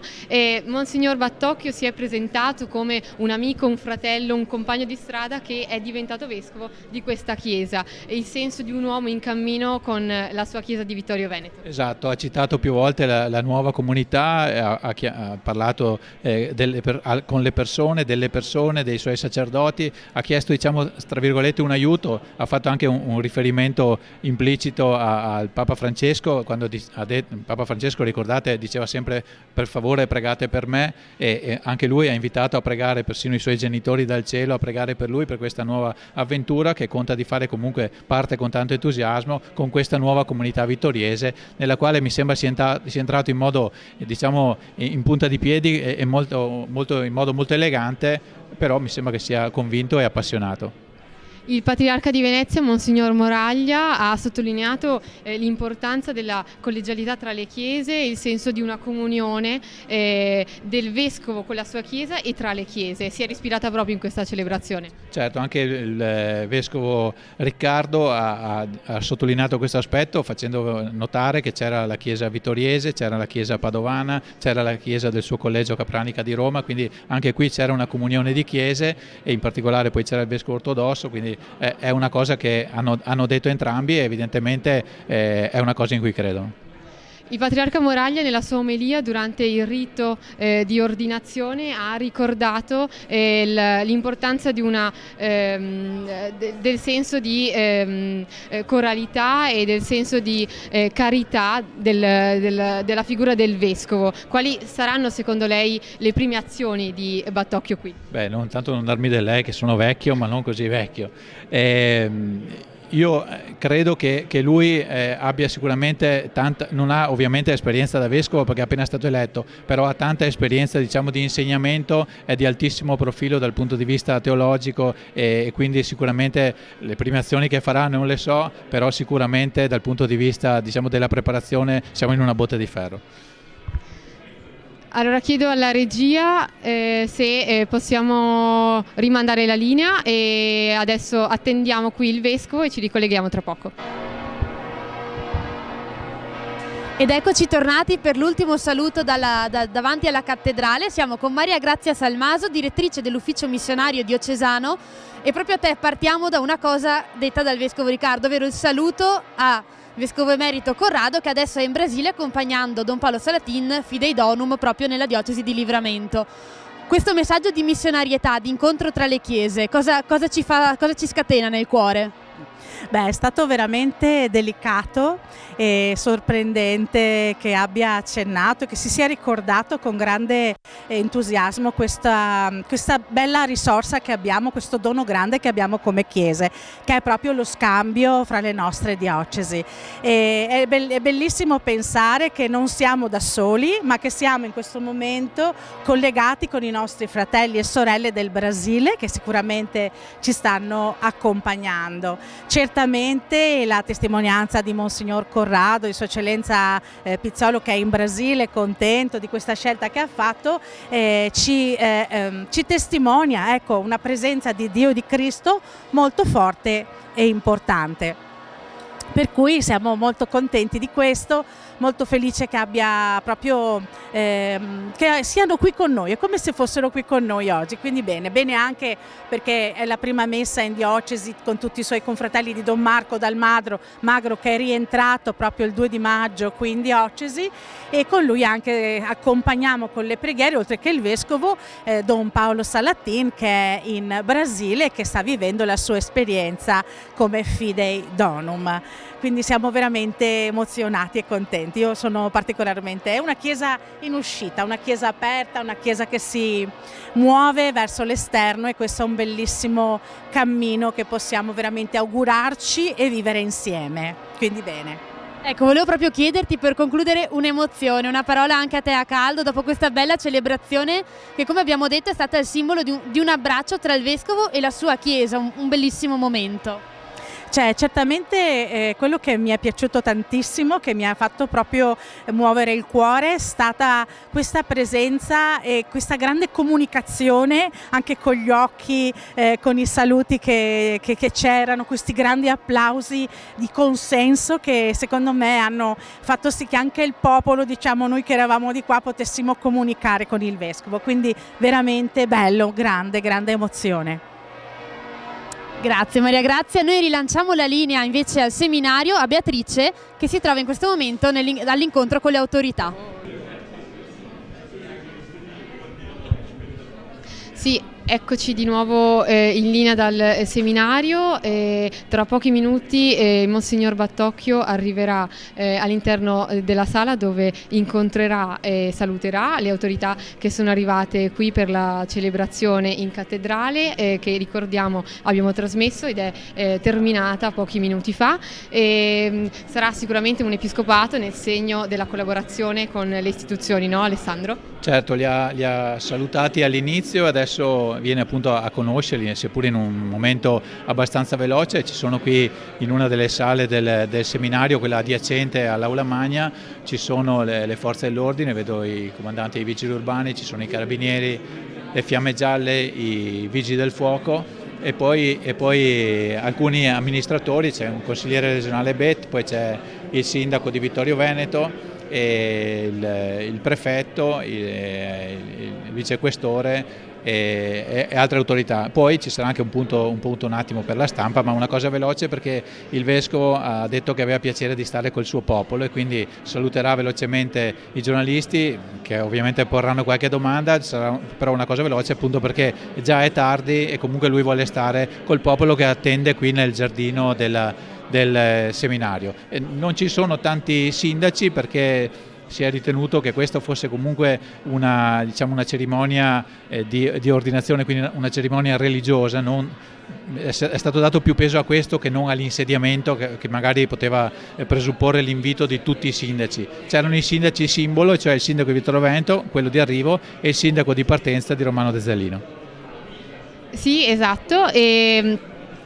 Questo sicuramente appunto rappresenterà un momento di formalità, nel segno comunque di un episcopato che si apre con l'incontro con la comunità, che oggi si è riunita numerosissima, no? In cattedrale e all'esterno in piazza Giovanni Paolo I. Anche questo sicuramente è simbolico e significativo ulteriormente, perché racconta, ecco, dell'attesa e della trepidazione del popolo cristiano di Vittorio Vittorio Veneto, che attendeva il nuovo vescovo dopo il saluto di Monsignor Corrado Pizziolo, che è in Brasile e ha fatto recapitare i suoi auguri a Monsignor Battocchio, e tra l'altro in un tempo particolare perché è mancato Papa Francesco, è stato eletto Papa Leone. Tra l'altro c'è anche un significativo legame tra Monsignor Battocchio e Papa Prévost, perché Battocchio è stato eletto da Papa Francesco nel momento in cui al capo del Dicastero dei Vescovi c'era proprio Prévost. Sì, sono tutte coincidenze particolari. Noi qui in Diocesi di Vittorio Veneto siamo stati a lungo senza Papa e senza Vescovo, anche se ovviamente era sostituito da Monsignor Zagonelli in quanto amministratore diocesano, però insomma poi ci sono state queste coincidenze e sono anche curiose. E il fatto che appunto adesso il Vescovo abbia avuto piacere di incontrare gli amministratori pubblici e diciamo le istituzioni è significativo, nel senso che vuole comunque instaurare, come dicevi tu giustamente prima, un rapporto, una collaborazione con le autorità civili, perché la comunità ovviamente è composta nelle sue varie realtà, dalla componente religiosa alla componente ovviamente civile, e questo è comunque anche un segno di omaggio nei confronti degli amministratori, ai quali ha già chiesto di fatto collaborazione, e penso che sia stata assolutamente gradita questa e ricambiata sicuramente dai sindaci che ci sono e quelli che incontrerà. Sì, e a proposito insomma della comunione ecclesiale, c'erano tantissimi sacerdoti, circa 200, e una trentina di vescovi, e il Monsignor Battocchio li ha ringraziati in numerose occasioni, perché insomma sono vescovi che in qualche modo hanno segnato il suo ministero sacerdotale e ora segneranno quello episcopale. Certo, sì, è stata una celebrazione ricca di sacerdoti, come dicevi giustamente. Oltre a quasi tutti i sacerdoti diocesani c'erano una trentina di vescovi, come dicevi, c'era il patriarca, che lui ha ringraziato anche in modo particolare per averlo ordinato, e poi insomma un bel numero di rappresentanti del mondo religioso, ma sta arrivando il vescovo. Sì, eccoci qua, siamo pronti ad accoglierlo e a seguire il suo saluto con le autorità. Buonasera. Grazie di aver partecipato a questa sobria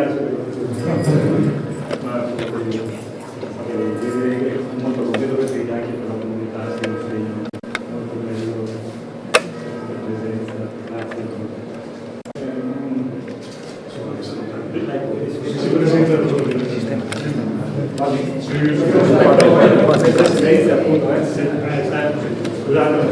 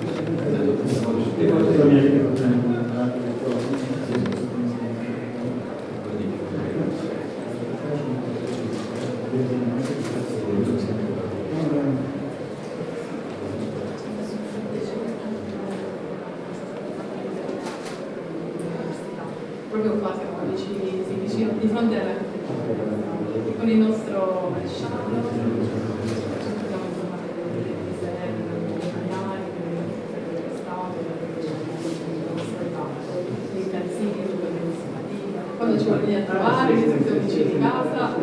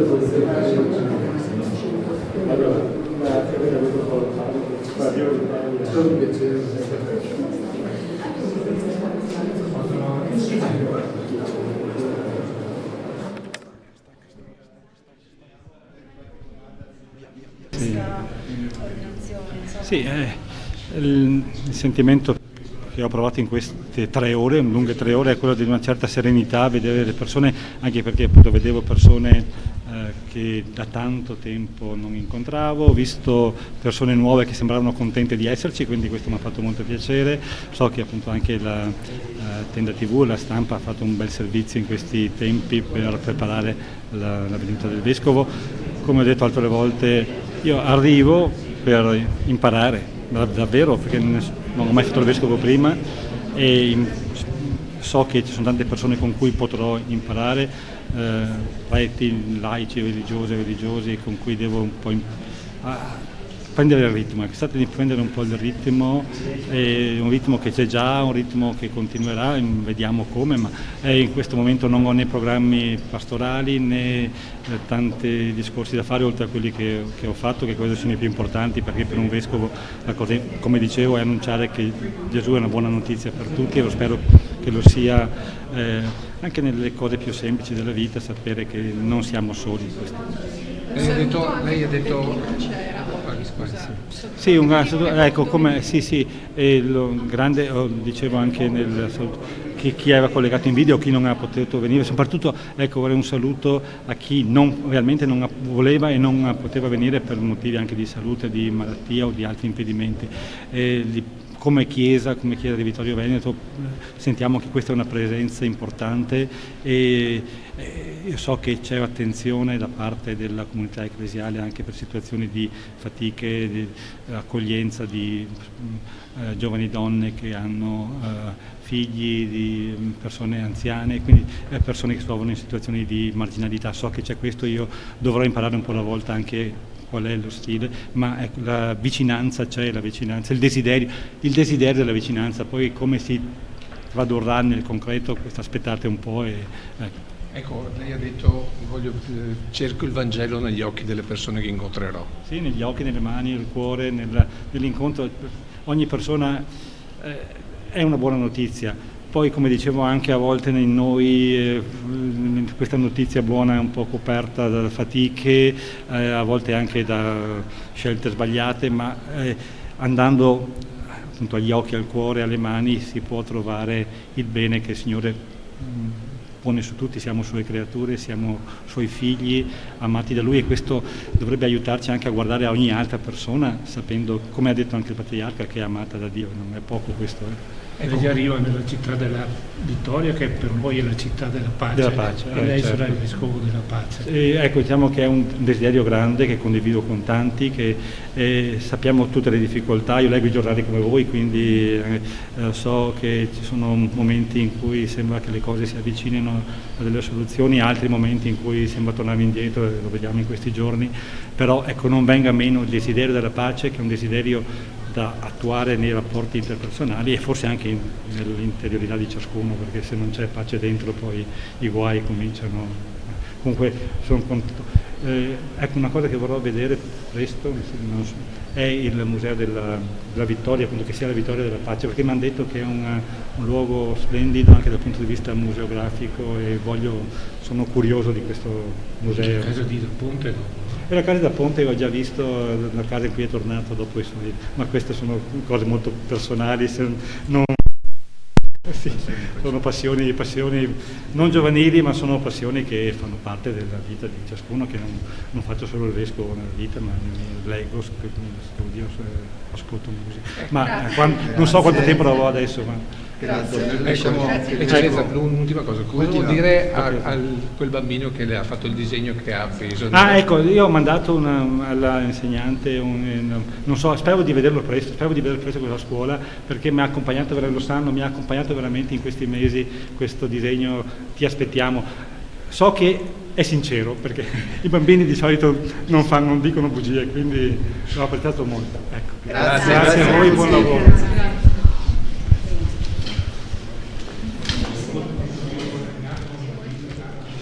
Fa la chiusa.